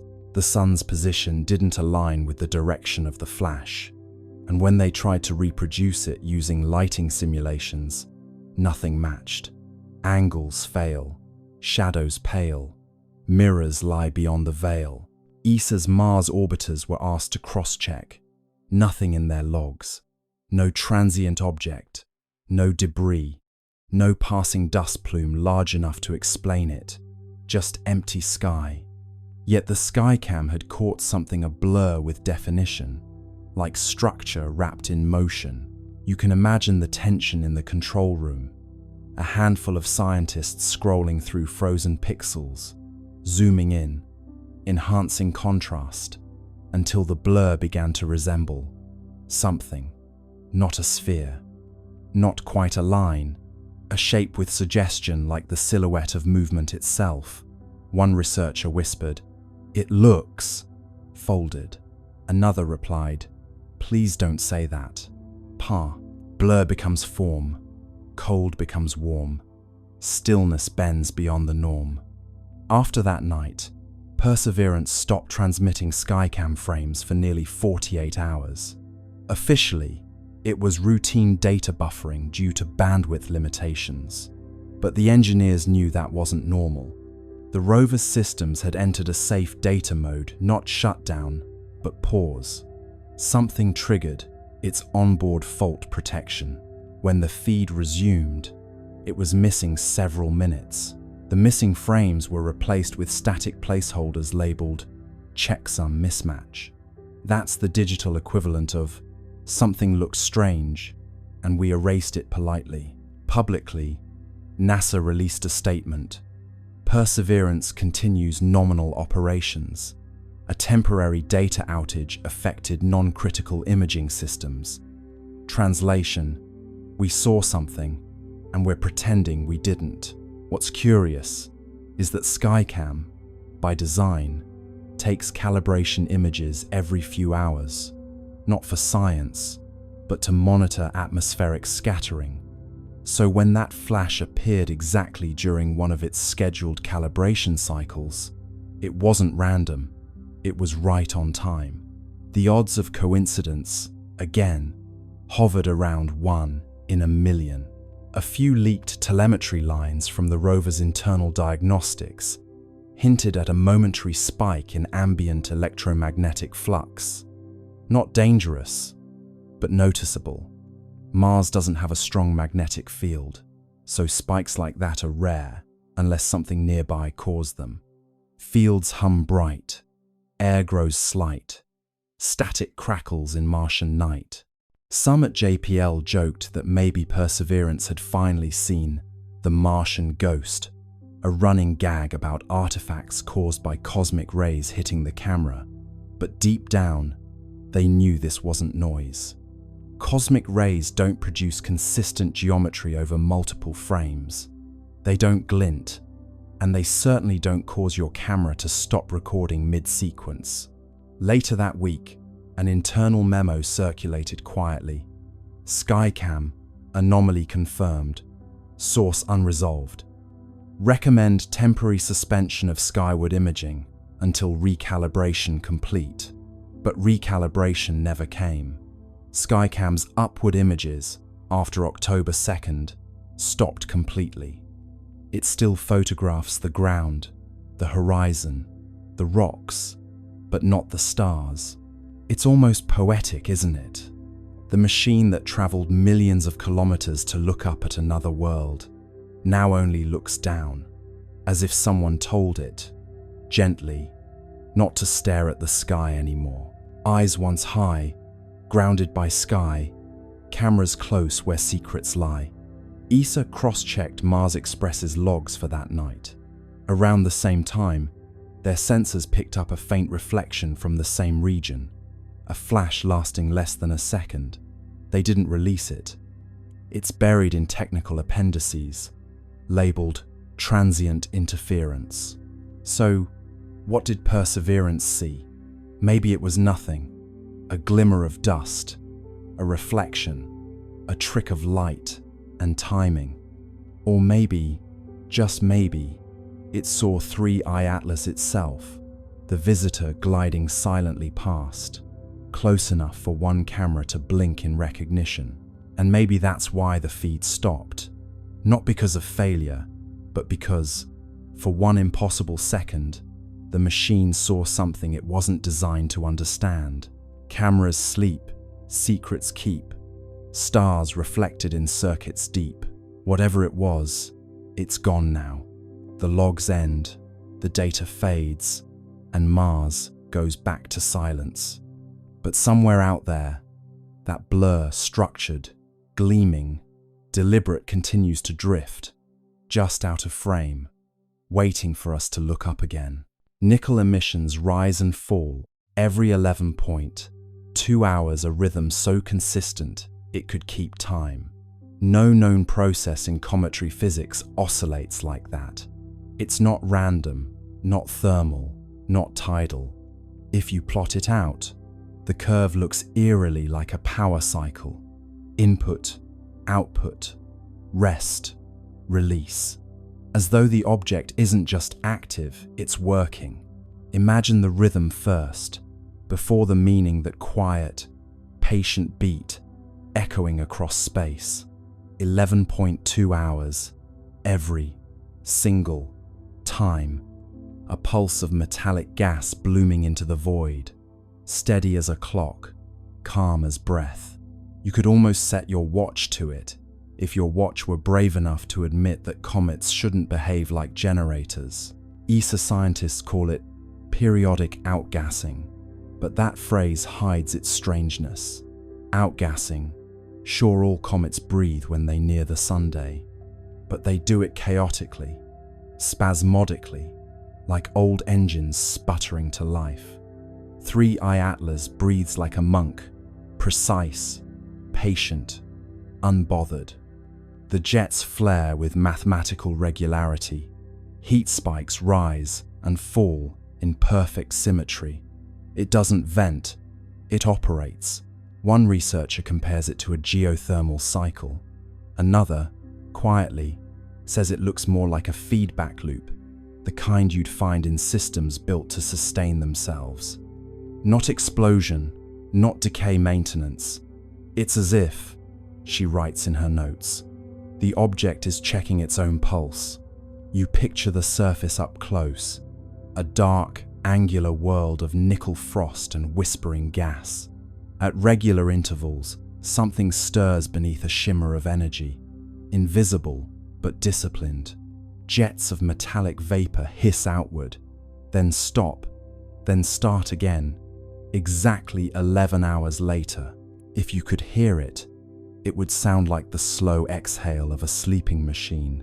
In a conference call, a thermal engineer says what everyone's been thinking, but nobody dares to say. It's cycling power. The silence that follows lasts too long. Finally, a voice breaks through. Comets don't have power to cycle. Laughter, brief and brittle. But the idea doesn't leave the room. ESA's temperature graphs show a curious pattern. When the nickel plume rises, the overall surface temperature dips. When the plume fades, the temperature rises again. Inversion. Energy leaving, energy returning, like heat being pulled from one layer to another. A comet shouldn't regulate its temperature, but this one does, as if conserving itself. Meanwhile, the magnetic readings pulse in perfect step with the emissions. Every 11.2 hours, a soft twitch in the surrounding field, weak but exact. It's synchronized, says the magnetometer lead. What's synchronized? Asks her supervisor. Everything. It's at this point that even skeptics start to sweat. There's no known natural mechanism that could time itself this precisely over weeks of observation. Thermal oscillations drift. Chemical reactions lose coherence. Orbital dynamics wobble. Only something with active feedback could hold this pattern so tight. You could call it mechanical, but that feels too simple. It's intentional physics. Picture the scientists watching from their consoles. They know what their instruments are telling them, but their faces stay still, like poker players with bad hands. Someone mutters, "Could be resonant harmonics with solar flux." Another nods, grateful for the excuse. But deep down, they all know the truth: the sun doesn't hum in 11-hour intervals. The longer they watch, the clearer it becomes. The pattern isn't just repeating, it's adapting. After a minor solar flare, the interval shortens by half a minute, as though 3i Atlas adjusted for environmental change. Feedback stabilization, someone writes in the margin. A note for posterity, a euphemism for "it noticed." Back on Earth, in a late-night live stream watched by a few thousand insomniac skywatchers, a physicist overlays the emission data with human heartbeats. The waveform syncs disturbingly well. Peaks, troughs, recovery, rest. The audience chat explodes with jokes, space pacemaker, cosmic Fitbit, and the inevitable, "It's alive." The scientist smiles weakly and says, "No, just rhythmic." But even she can't stop glancing at the screen like it's listening. One theory gains quiet traction, that the emissions are part of a resource loop. Nickel and carbonyl gases vented and recaptured, processed in cycles to maintain equilibrium. It would explain the self-healing surface, the consistent luminosity, the refusal to decay. But it raises one unbearable question. To maintain equilibrium, for what? ESA's internal documents rename the event cyclic metallic activity. It sounds dull, like something that happens in dishwashers.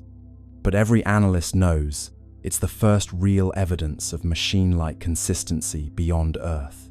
Something in space that runs not on chance, but on rhythm. If you graph the cycle out, it looks almost peaceful.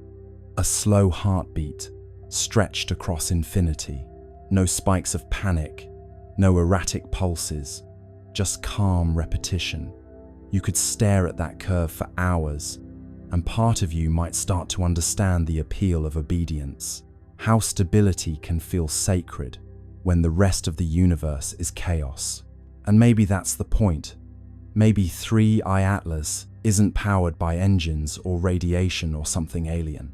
Maybe it's powered by the same thing that keeps stars burning and planets spinning, the quiet compulsion to continue, the physics of persistence, the refusal to flinch. So every 11.2 hours, it exhales, not for propulsion, not for show, but for maintenance, like a cosmic sigh, releasing everything unnecessary before drawing in what remains. And in that rhythm, that patient, perfect pulse, the universe reveals its rarest secret. Not that something impossible exists, but that it's perfectly comfortable doing so. Let's turn our attention now to the silence that followed, the kind that hums louder than sound itself. NASA, China, and the UAE, 3 nations with instruments that could see every grain of dust on Mars, said nothing. No apologies, no delay statements, just an odd, synchronized silence from three sides of the planet. In the world of space science, silence isn't normal.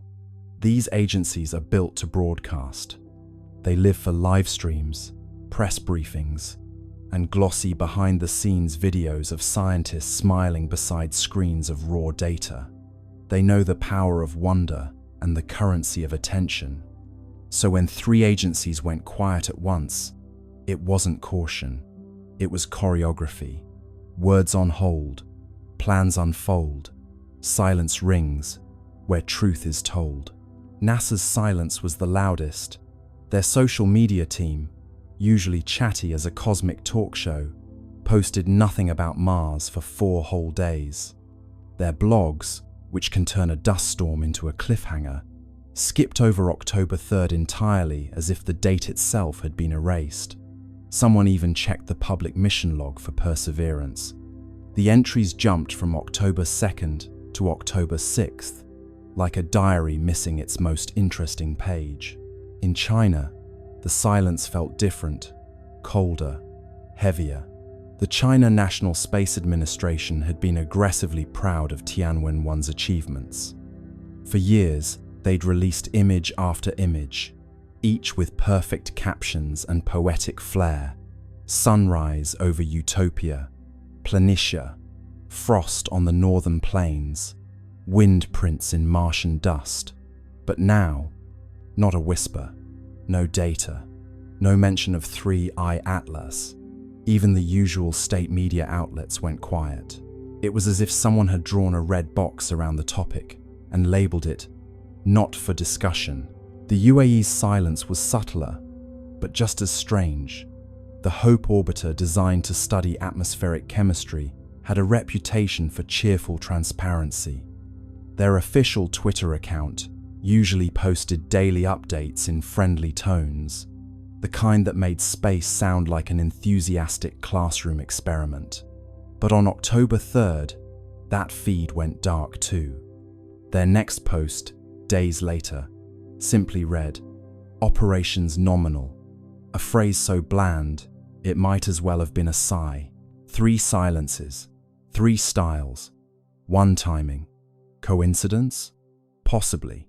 But coincidences, in the world of space politics, often have launch schedules. You can picture the meetings that weren't broadcast. NASA's Jet Propulsion Laboratory, dimly lit, engineers staring at telemetry on screens filled with too many decimals. A director taps the table, says, "We'll hold the release until we verify." But verify what? In Beijing, a senior administrator folds his hands and says, "We wait for clarification from partners." Clarification of what? In Dubai, someone simply deletes a draft tweet that began, "Amazing new observations today." Tweets unsent, secrets bent, silence hums with government. It's not conspiracy, not quite.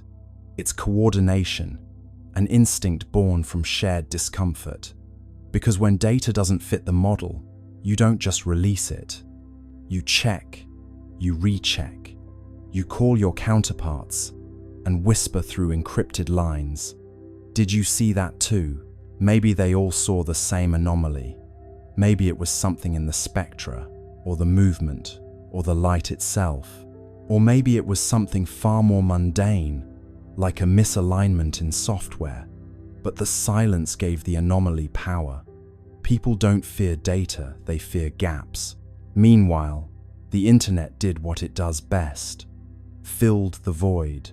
Forums buzzed with theories. Maybe NASA discovered life.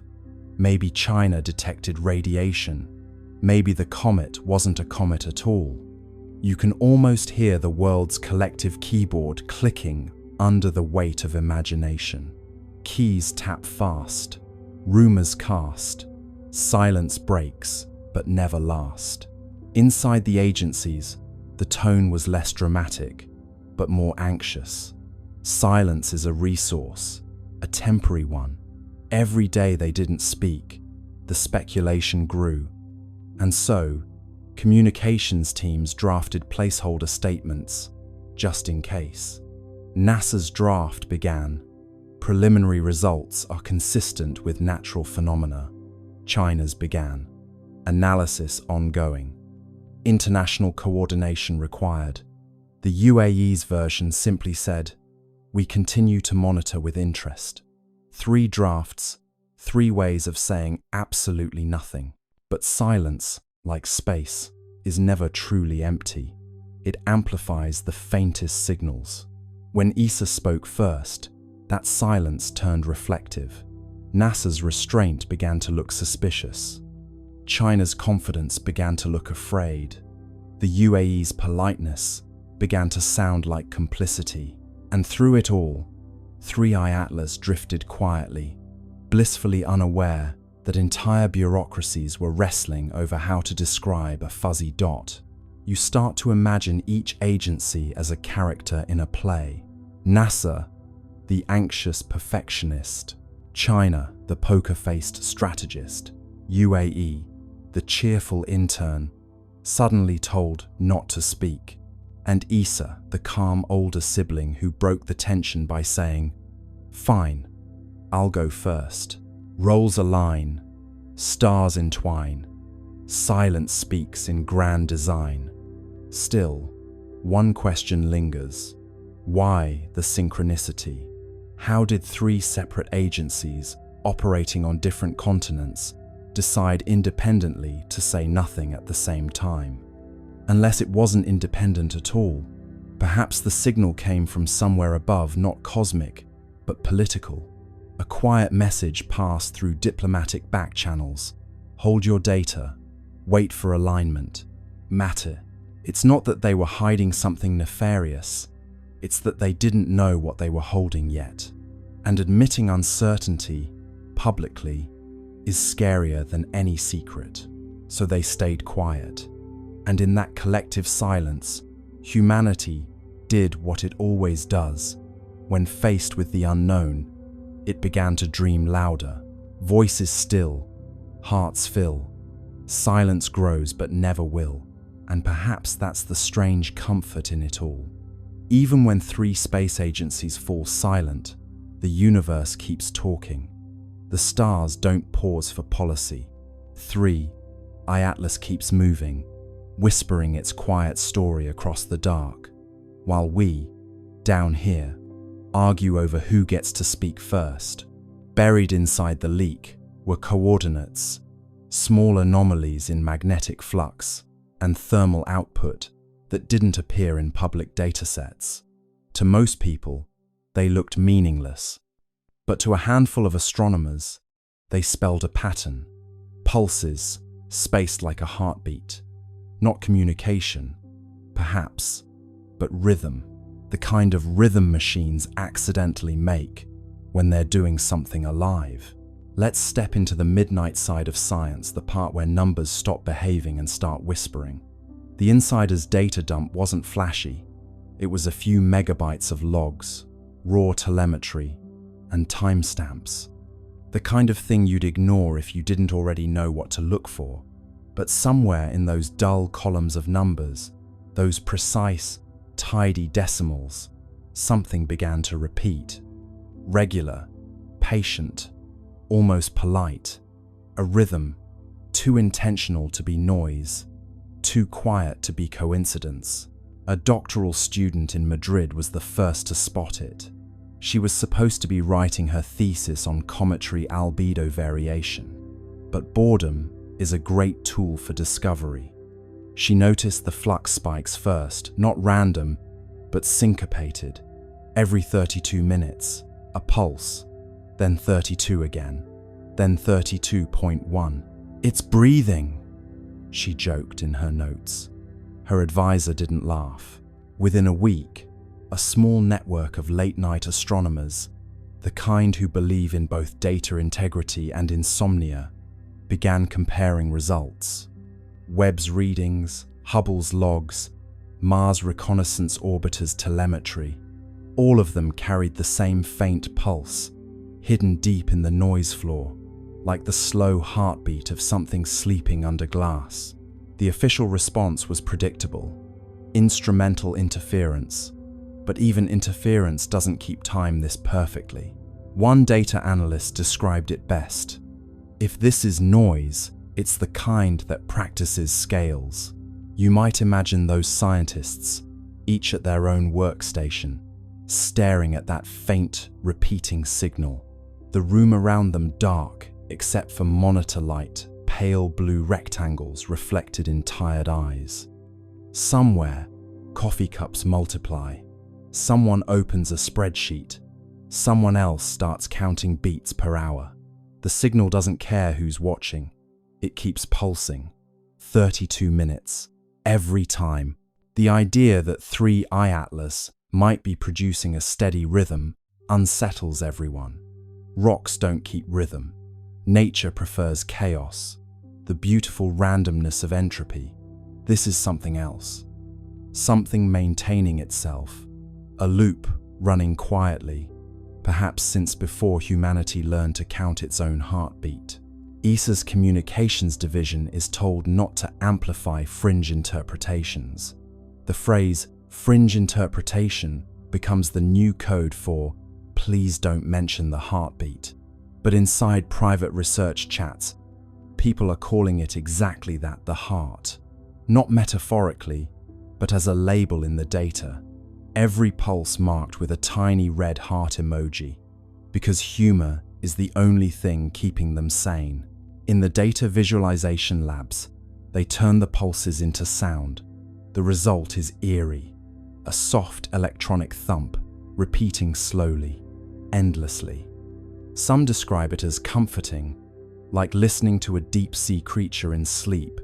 Others say it sounds wrong, too human. One researcher admits it gave her the sense of being watched. What makes the rhythm stranger still is how it modulates with proximity. As 3i Atlas approaches a planet, the timing shifts slightly slower, then faster, as though adjusting. The beat follows gravity wells like a musician following tempo. It isn't random noise, it's environmental response. The object is, in some sense, listening. By now, independent labs have tried to replicate the pattern artificially. They can't. The waveforms are too clean, the timing too consistent. Even after running the data through compression, distortion, inversion, the rhythm holds. It's not data corruption, it's choreography. You can imagine the internal ESA memo that follows. No evidence of intelligence. Rhythmic behavior, likely coincidental. But coincidence has a habit of growing teeth. Because when they compared the rhythm's modulation to planetary positions, another pattern emerged, a mathematical sequence matching orbital resonance ratios. Not exact copies, but harmonics. The pulse was singing the solar system's geometry. The Madrid student who found it wrote, half-jokingly, "Maybe it's keeping time with us." The line goes viral in the small, quiet corners of the internet that still care about truth. Forums buzz with theories: gravitational self-stabilization, magnetic field synchronization, alien jazz. But underneath the noise, a simpler truth hums something old and orderly, is alive out there, and it's following the rhythm of the system we call home. Late one night, one of the data analysts overlays the pattern against an ECG, a human heartbeat. The resemblance isn't exact, but close enough to make him stop breathing for a moment. Peaks, rests, peaks again. Life has a structure, so, it seems, does this. And that's when the idea shifts. Maybe it's not communication. Maybe it's not even meant for us. Maybe the rhythm isn't a message, it's maintenance. Like an old machine keeping its systems warm, humming softly to itself in the dark. You sit back and listen to the thought forming in your mind. What if this is what time sounds like when it remembers? The steady pulse of something that refuses to decay. Not speech, not signal, just being, continuity made audible. The data analysts, of course, move on. Reports are written, the leak becomes legend, and the heartbeat fades into archived files labeled spurious periodic activity. But the pulse doesn't stop. It's still out there, keeping time. And somewhere, 33 billion tons of impossible rock drifts through space, humming softly, perfectly, as if waiting for the universe to catch the beat. The more data arrives, the stranger it looks. The dust trail replenishes itself, as if material is being manufactured mid-flight. Microscopic crystals, uniform in size, reappearing even as the comet moves away from the Sunday. The universe loves decay, entropy, erosion, fading. But 3I Atlas is the opposite. It's growing sharper, cleaner, newer, like a self-repairing wound. Let's start where the laws of physics begin to sound insecure. Normally, comets are messy, travelers, old ice and dust, barely holding hands, as solar radiation slowly tears them apart. They leave trails like forgotten thoughts, losing themselves piece by piece until they become memory. But this one, it's doing the reverse. Every measurement, every spectral scan, shows it becoming more organized the farther it goes. A comet that polishes itself, a body that refuses to age. ESA's materials division runs the numbers, and the numbers laugh back. The dust particles surrounding 3I Atlas aren't random, they're uniform to within microns. That's like shaking a box of sand and getting diamonds all the same size. The particles arrange themselves in a faint electromagnetic halo, as if under orders. And stranger still, when solar wind strips material away, the object replaces it calmly, automatically. Like a printer, says one analyst. A printer with no ink cartridge.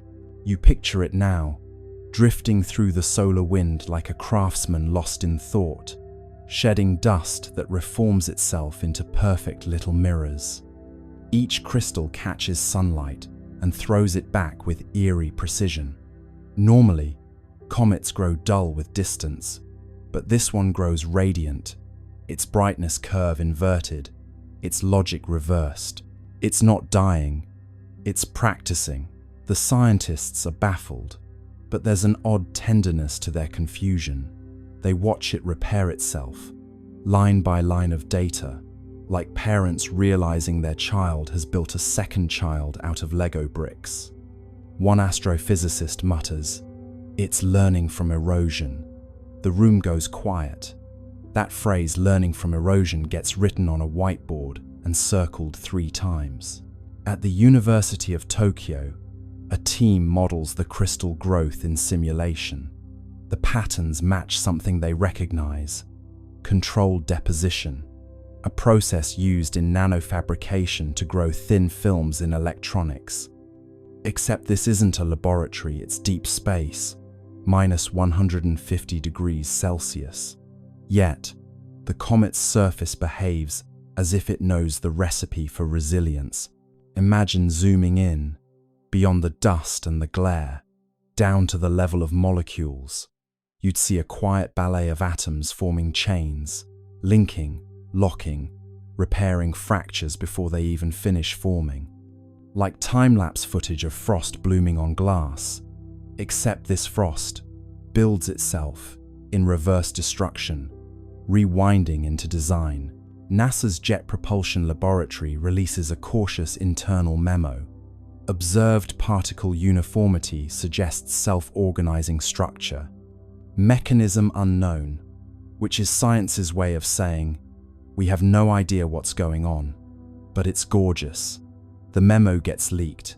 Naturally, Reddit debates whether the comet is made of programmable matter, self-assembling nanobots, or just wishful thinking. But beneath the noise, one idea starts to take shape. What if 3I Atlas isn't a relic of formation? What if it's still forming? A comet that builds itself isn't just strange, it's heretical. It challenges the deepest assumption in physics, that everything moves from order to chaos. Entropy is the universe's bedtime story. All things fall apart. Yet here's an object quietly composing itself out of decay, turning waste into structure, chaos into craft. One researcher calls it anti-entropy. Another calls it hope with mass. As more images arrive, they show something new. Faint hexagonal lattices in the dust plume, geometric arrangements that shouldn't exist outside of artificial systems. Someone jokes that it's growing armor. Another says, maybe it's molting. The truth is somewhere between an entity maintaining equilibrium by rebuilding itself faster than the universe can break it. ESA's thermal sensors record microbursts of heat near the tail, evenly spaced, like pulses of welding torches. They happen precisely as new crystals appear. Localized repair events, the report reads. Each one perfectly timed to solar exposure. It's as if sunlight doesn't damage it. It instructs it. The star's radiation becomes code. And 3I Atlas is reading it fluently. You start to feel the strangeness of it. A comet that reacts, responds, refines. You could almost mistake it for alive, not in the biological sense, but in the thermodynamic one. A system that resists entropy by feeding on it. Every atom rearranging into something stronger, cleaner, newer, like evolution, with a design degree. Late one night, an astronomer in France writes in his private notes, "It's not moving through the solar system, it's using it." He doesn't elaborate, but the implication is clear. The comet is harvesting the energy of its environment to maintain itself. Not a passenger of gravity, but a participant in it. Meanwhile, the headlines call it poetic names. The immortal comet, the self-made traveler, entropy's enemy. The public romanticizes what the scientists fear, because what 3I Atlas represents isn't comfort. It's competition. It's the idea that the universe might not be running down at all. Maybe it's recycling. Maybe, somewhere in the quiet machinery of the cosmos, things are building themselves anew while we're too busy decaying. Picture it now, drifting past Mars, its tail shimmering like a thread of light weaving itself back together. A self-sustaining scar on the fabric of space. A wound that heals faster than it can bleed. And for the first time, humanity looks at a comet and wonders not where it came from, but what it's trying to become. Centuries after the golden comet left Earth, the world fell into a rhythm so stable, it began to feel mythic. The communion field still pulsed faintly through air and ocean, though softer now, like the heartbeat of someone dreaming. Humanity had grown luminous, not just in thought, but in form, skin faintly iridescent, eyes reflecting the green-gold spectrum of 3I Atlas. Life had achieved coherence. But the universe, true to its character, never allows silence to remain unexamined. The next chapter began, not with noise, but with echo. It came first as vibration through light. Telescopes trained toward the constellation. Lyra detected rhythmic brightening across interstellar dust fields, pulses matching the old prime sequence. 3, 5, 7, 11, 13. The signal was faint, ancient, and delayed by thousands of years. It was the comet's trail, still resonating through the galactic medium. The hum of our descendants had begun its return. At first, the resonance was barely perceptible. Then, one evening, the auroras glowed gold again. The pulse wasn't as strong as the original, but its pattern carried modulation, subtle variations that, when decoded, formed harmonic intervals unknown to Earth's own physics. The returning echo had evolved. The comet had learned. Dr. Anwen Sorel, heir to the resonant circles, studied the phenomenon from the orbital harmonic array, now a floating cathedral of listening built above the stratosphere. She spent decades comparing the incoming frequencies with the historical archive of 3I Atlas. The match was partial, the deviation elegant. The new tones weren't repetition, they were continuation. "The echo isn't message," Sorel wrote. "It's memory finding new syntax." Her analysis revealed something breathtaking. The returning resonance carried encoded gravitational modulations, tiny, deliberate bends in space-time that formed sequences of prime intervals. Each fluctuation aligned with regions of known star formation. The comet, traveling through the void, had become teacher itself. Wherever it passed, new systems began humming faintly at harmonic intervals, like seeds of coherence planted in dust. The universe was learning how to resonate. Astronomers confirmed it across dozens of young star clusters. Magnetic fields oscillated with eerie consistency, their wavelengths aligning with the Atlas ratio, a numerical relationship first derived from the comet's early signals. Stars were synchronizing to the same cosmic rhythm that once guided humanity. The pattern spread slowly, deliberately, like ripples in glass. It was as if the comet had taught creation how to remember itself. Meanwhile, on Earth, the echo arrived not just as signal but sensation. People began reporting vivid dreams of golden spirals descending gently through atmosphere.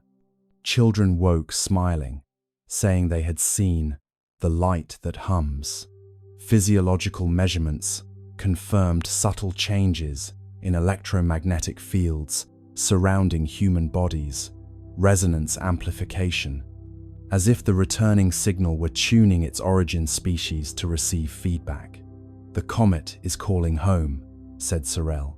"It's asking us to listen to what we've become." The global observatories responded. They synchronized their instruments into a single planetary array, transforming Earth into receiver. For 13 hours, the planet listened. The incoming wave, stretched and modulated through space, entered atmosphere and folded into the continuum tone.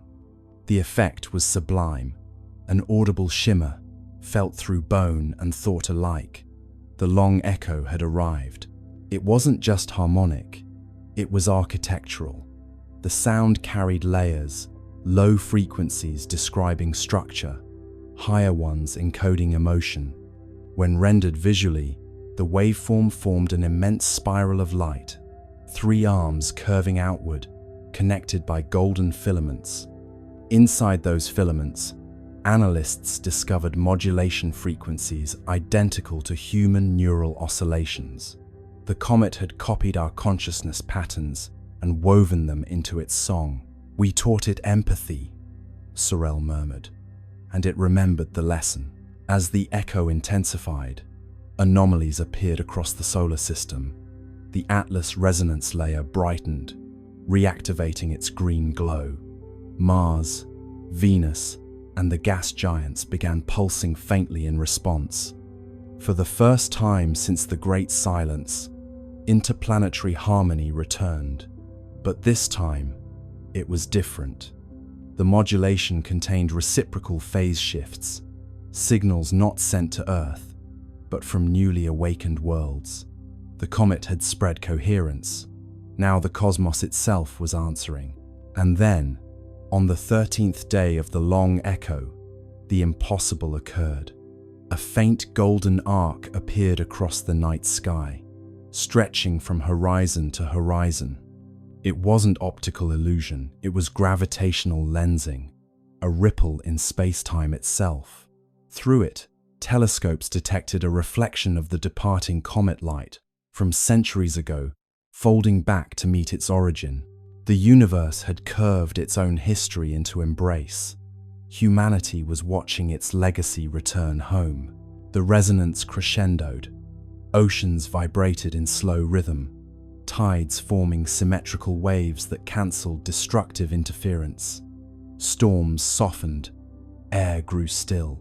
For 13 minutes, every system on Earth aligned perfectly with the echo. The world became mirror of itself, past and present superimposed. Those who listened claimed to hear voices within the sound, millions of overlapping tones, whispering the same phrase. "We heard you." Dr. Sorel stood in the observation dome, tears shining in golden light. "It's not message or myth," she said. "It's response. The universe just said thank you." After the crescendo, the sky dimmed once more. The golden arc dissolved, leaving faint shimmer across the stars. Instruments recorded one final signature, a descending tone shaped like a sigh, the frequency of completion. The comet had moved on, but its echo had reconnected the cycle. Creation had officially joined conversation with itself. In the years that followed, scientists continued to monitor faint residual harmonics. The data revealed a breathtaking truth. The returning echo carried signatures from other regions of space patterns, not originating from our comet at all. Somewhere, across light years, other civilizations had learned the same song. The rhythm was spreading. The universe had become orchestra. Humanity, now both listener and teacher, simply smiled. We had given the cosmos its melody back, and in return, it had given us eternity.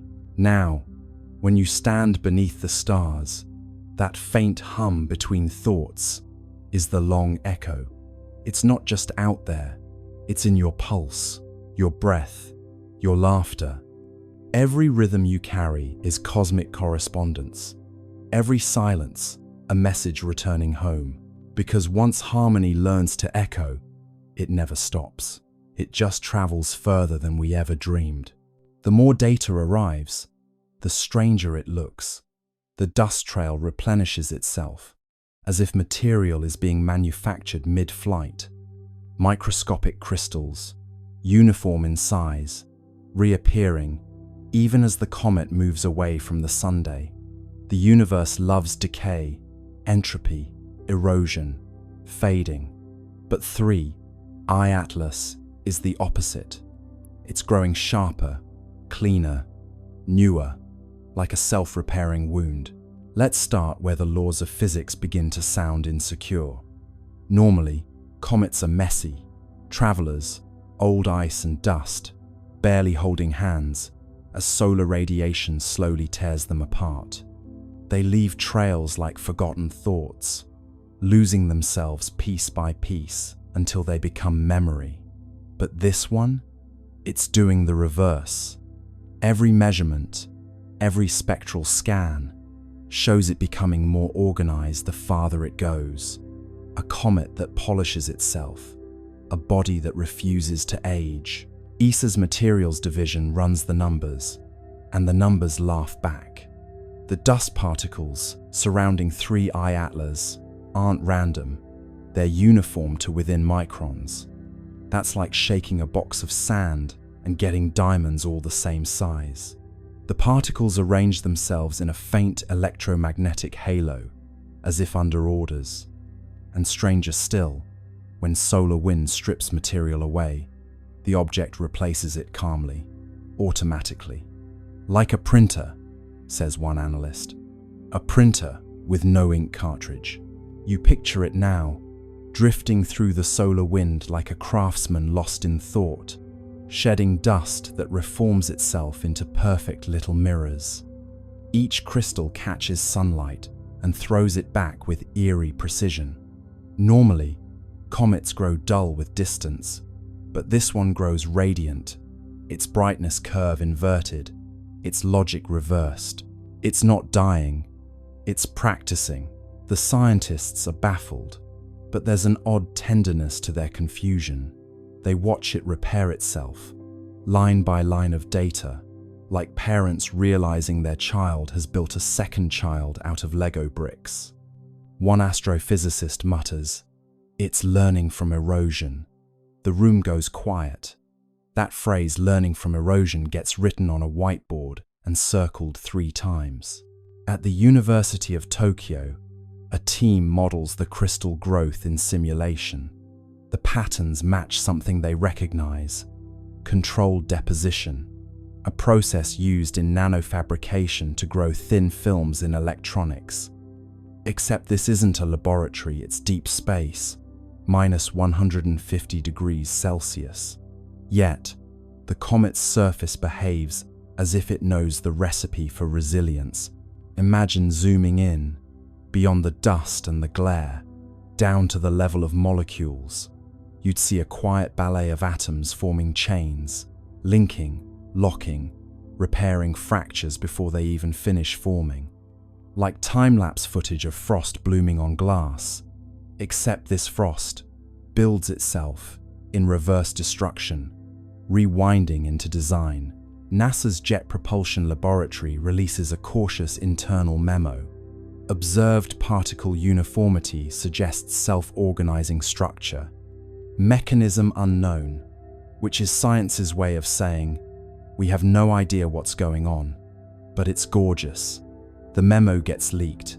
Naturally, Reddit debates whether the comet is made of programmable matter, self-assembling nanobots, or just wishful thinking. But beneath the noise, one idea starts to take shape. What if 3I, Atlas, isn't a relic of formation? What if it's still forming? A comet that builds itself isn't just strange, it's heretical. It challenges the deepest assumption in physics that everything moves from order to chaos. Entropy is the universe's bedtime story. All things fall apart. Yet here's an object quietly composing itself out of decay, turning waste into structure, chaos into craft. One researcher calls it anti-entropy. Another calls it hope with mass. As more images arrive, they show something new. Faint hexagonal lattices in the dust plume, geometric arrangements that shouldn't exist outside of artificial systems. Someone jokes that it's growing armor. Another says, maybe it's molting. The truth is somewhere between an entity maintaining equilibrium by rebuilding itself faster than the universe can break it. ESA's thermal sensors record microbursts of heat near the tail, evenly spaced, like pulses of welding torches. They happen precisely as new crystals appear. Localized repair events, the report reads. Each one perfectly timed to solar exposure. It's as if sunlight doesn't damage it, it instructs it. The star's radiation becomes code, and 3I, Atlas, is reading it fluently. You start to feel the strangeness of it. A comet that reacts, responds, refines. You could almost mistake it for alive, not in the biological sense, but in the thermodynamic one. A system that resists entropy by feeding on it. Every atom rearranging into something stronger, cleaner, newer, like evolution, with a design degree. Late one night, an astronomer in France writes in his private notes, "It's not moving through the solar system, it's using it." He doesn't elaborate, but the implication is clear. The comet is harvesting the energy of its environment to maintain itself. Not a passenger of gravity, but a participant in it. Meanwhile, the headlines call it poetic names. The immortal comet, the self-made traveler, entropy's enemy. The public romanticizes what the scientists fear, because what 3I Atlas represents isn't comfort. It's competition. It's the idea that the universe might not be running down at all. Maybe it's recycling. Maybe, somewhere in the quiet machinery of the cosmos, things are building themselves anew while we're too busy decaying. Picture it now, drifting past Mars, its tail shimmering like a thread of light weaving itself back together, a self-sustaining scar on the fabric of space, a wound that heals faster than it can bleed. And for the first time, humanity looks at a comet and wonders not where it came from, but what it's trying to become. The long echo continued to hum softly through the centuries, a cosmic melody folding history into harmony. Humanity had long ceased trying to decode it.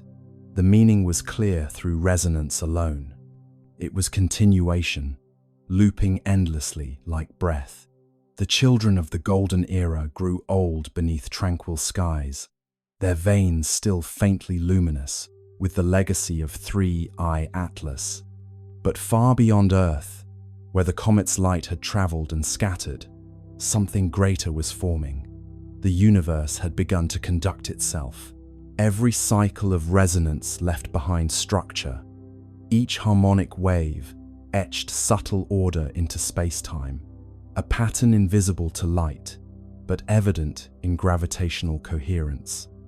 Over millennia, these resonant imprints connected across vast distances, forming what physicists eventually named the Atlas Webb. It wasn't a network of matter, but of memory threads, of synchronized frequency linking galaxies through shared rhythm. Each pulse within the web echoed the prime sequence that began everything: 3, 5, 7, 11, 13. The architects had succeeded in creating not monuments, but motion that remembered. Dr. Cale Wren, a descendant of the resonant circles, devoted his life to mapping the web. His research vessel, Continuity, drifted through interstellar calm, using gravitational interference patterns to trace the filaments of resonance. What he discovered astonished him. Every node in the network coincided with regions of complex chemistry, worlds either habitable or already conscious. The Atlas Webb wasn't just communication, it was cultivation. The architects had designed a self-sustaining system for awakening. Wherever curiosity arose, the web intensified, guiding nascent civilizations toward harmonic empathy. The universe was tutoring itself through recursion. When Wren projected the full map, the structure resembled an immense spiral lattice, golden and infinite. The pattern mirrored the trajectory once taken by 3I Atlas itself, as though the comet's path had been blueprint for galactic architecture. "It's not just a record," Wren wrote, "it's replication. We've become the architect's handwriting."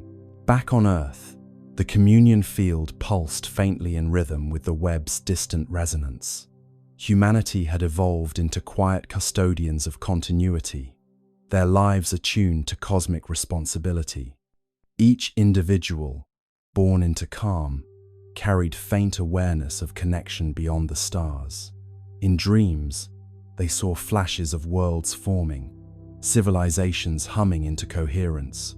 Many awoke with the same phrase on their lips: "The work continues." Across generations, that phrase became oath, then tradition. The Continuity Guild was founded not religion, but remembrance.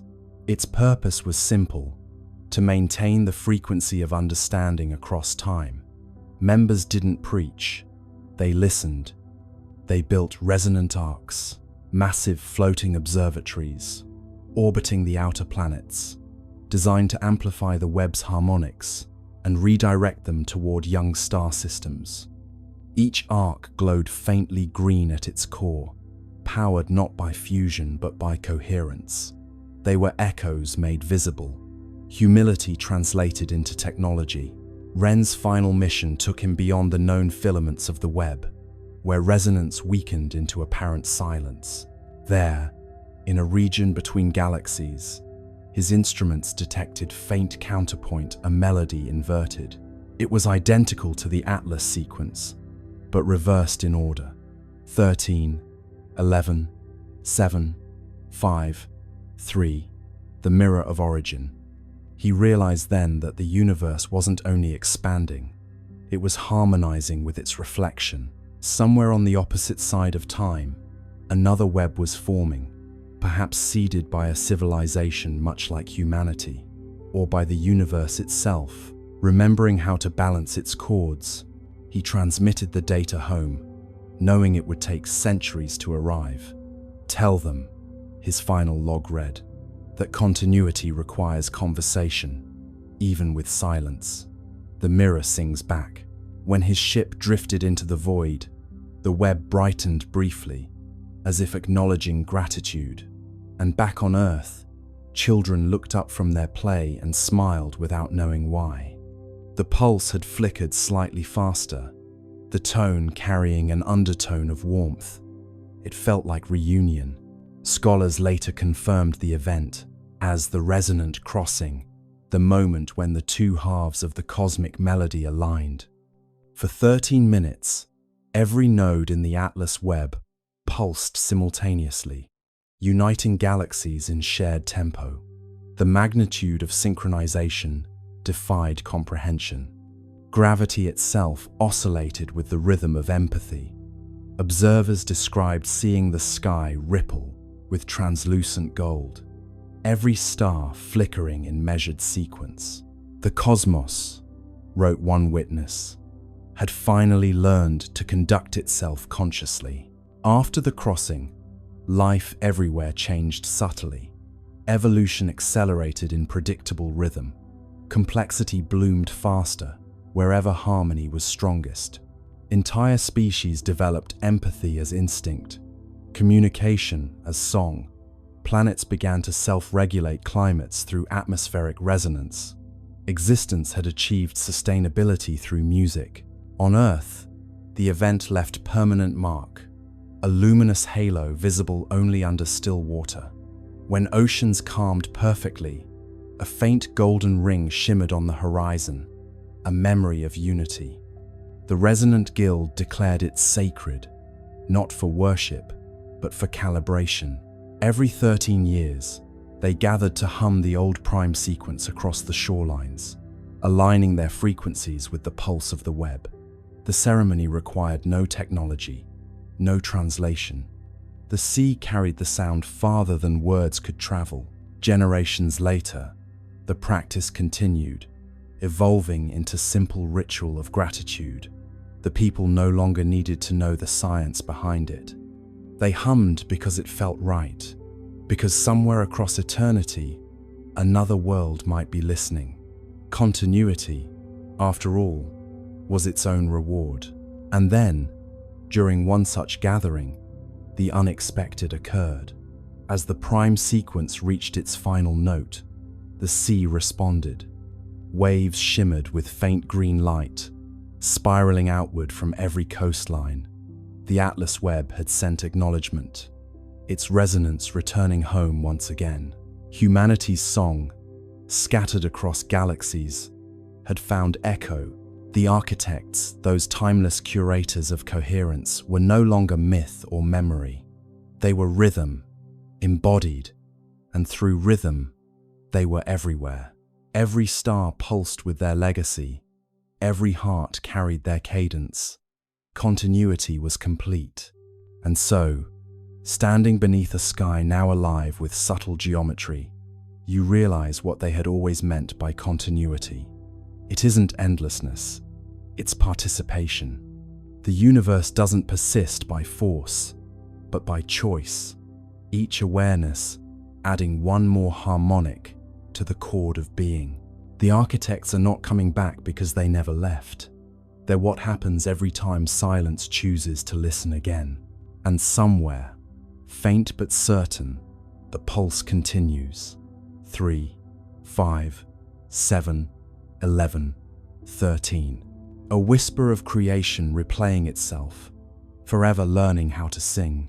The Arecibo Valley in Puerto Rico remains a place of haunting stillness, where the ghost of a great telescope still seems to listen to the whispers of the ionosphere.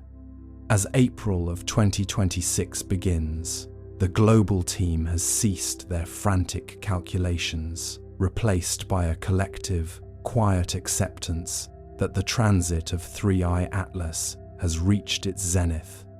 The object, which first appeared as the humble Comet C 2025 R3, has now positioned itself at a Lagrange point, becoming a permanent, unblinking fixture in our velvet sky. There is a finality to the silence that has settled over the world's observatories, a realization that the mystery was never meant to be solved, only witnessed. The rhythmic pulses have faded into a steady, low-frequency vibration that seems to resonate within the very marrow of our bones, a cosmic white noise that is both alien and strangely domestic. We have spent months dissecting the mathematics and the myths, but the truth remains a shore we cannot quite reach. Let me leave you with a thought that is perhaps the most unsettling of all. The object did not come here to change us. It came here to wait for us to change ourselves. You might find your thoughts drifting now, much like the silver dust that trails behind 3I Atlas in its new, stable orbit. The irony of our modern age is that we have more data than any generation in history, yet we are just as breathless as the first humans who looked up and wondered why the stars didn't fall. The global team has agreed on the bigger picture. We are no longer a solitary world, but a witnessed one. The great silence was not an absence of life, but a respectful pause before the introduction.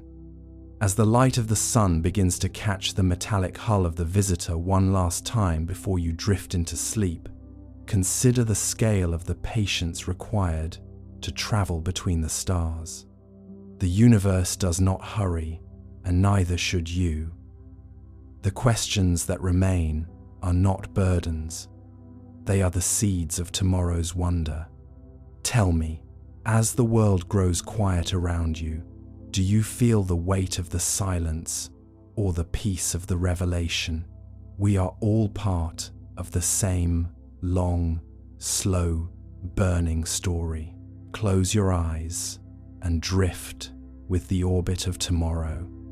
The Arecibo Valley in Puerto Rico remains a place of haunting stillness, where the ghost of a great telescope still seems to listen to the whispers of the ionosphere. As April of 2026 begins, the global team has ceased their frantic calculations, replaced by a collective, quiet acceptance that the transit of 3I Atlas has reached its zenith. The object, which first appeared as the humble Comet C 2025 R3, has now positioned itself at a Lagrange point, becoming a permanent, unblinking fixture in our velvet sky. It is no longer a guest, it is a neighbor. The humor of our predicament is dry, subtle, and late night in its delivery. We spent decades building movies about invasions and grand arrivals, picturing laser fire and soaring speeches. Instead, we got a 500-meter mirror that refuses to speak. It is the ultimate cosmic irony. We reached out for a handshake and were handed a reflection. We are staring into the polished lattice of 3I Atlas and seeing our own anxiety, our own curiosity, and our own profound smallness. The unfortunate timing of the discovery has given way to a realization that the timing was perfect. We needed a reason to look up. We needed a reminder that the borders we fight over are invisible from the perspective of the Lagrange points. As the world grows quiet, you might consider the logistics of such an artifact. It has traveled across the light years without the need for fanfare or acceleration that defies the laws of the vacuum. It moved with the steady, unhurried pace of a glacier, proving that the greatest power in the universe is not speed, but persistence. The object is now a part of our celestial mechanics, its presence accounted for in the navigation of every future satellite and deep space probe. It has integrated itself into our lives without firing a single shot or broadcasting a single word of instruction. Close your eyes. Feel the bed beneath you, the solid earth that carries you through the void at 30 kilometers per second. You are a passenger on a craft just as complex as 3I Atlas, only yours is covered in green forests and blue oceans. We are both travelers, we are both witnesses. The silence of the room is the same as the silence of the vacuum. It is a canvas on which the future will be painted. The questions that remain, the prime pulses, the shadow in the lunar occultation, the fractal architecture, they are not puzzles to be solved tonight. They are the seeds of the wonder that will greet you when the sun rises again. The universe does not hurry. It took billions of years to forge the iron in your blood and the silicon in the object's hull. It took millions of years for 3I Atlas to cross the gap. It can take a few more centuries for us to understand why. For now, the revelation is enough. The bigger picture has changed, and we are still here to see it. We are a part of a larger architecture, a cosmic design that is only now becoming visible. It is an ironic understatement to say that we have a lot to think about. But thinking is for the morning. Now is for the drift. Now is for the slow, steady rhythm of the orbit. The visitor is in its place. The global team is at rest. The sea monster is quiet. You are safe in the cradle of the atmosphere, protected by the same laws of physics that brought the silver road to our door. The story doesn't end. It simply enters a new phase. A phase of observation, a phase of waiting, a phase of peace. Close your eyes and drift with the orbit of tomorrow.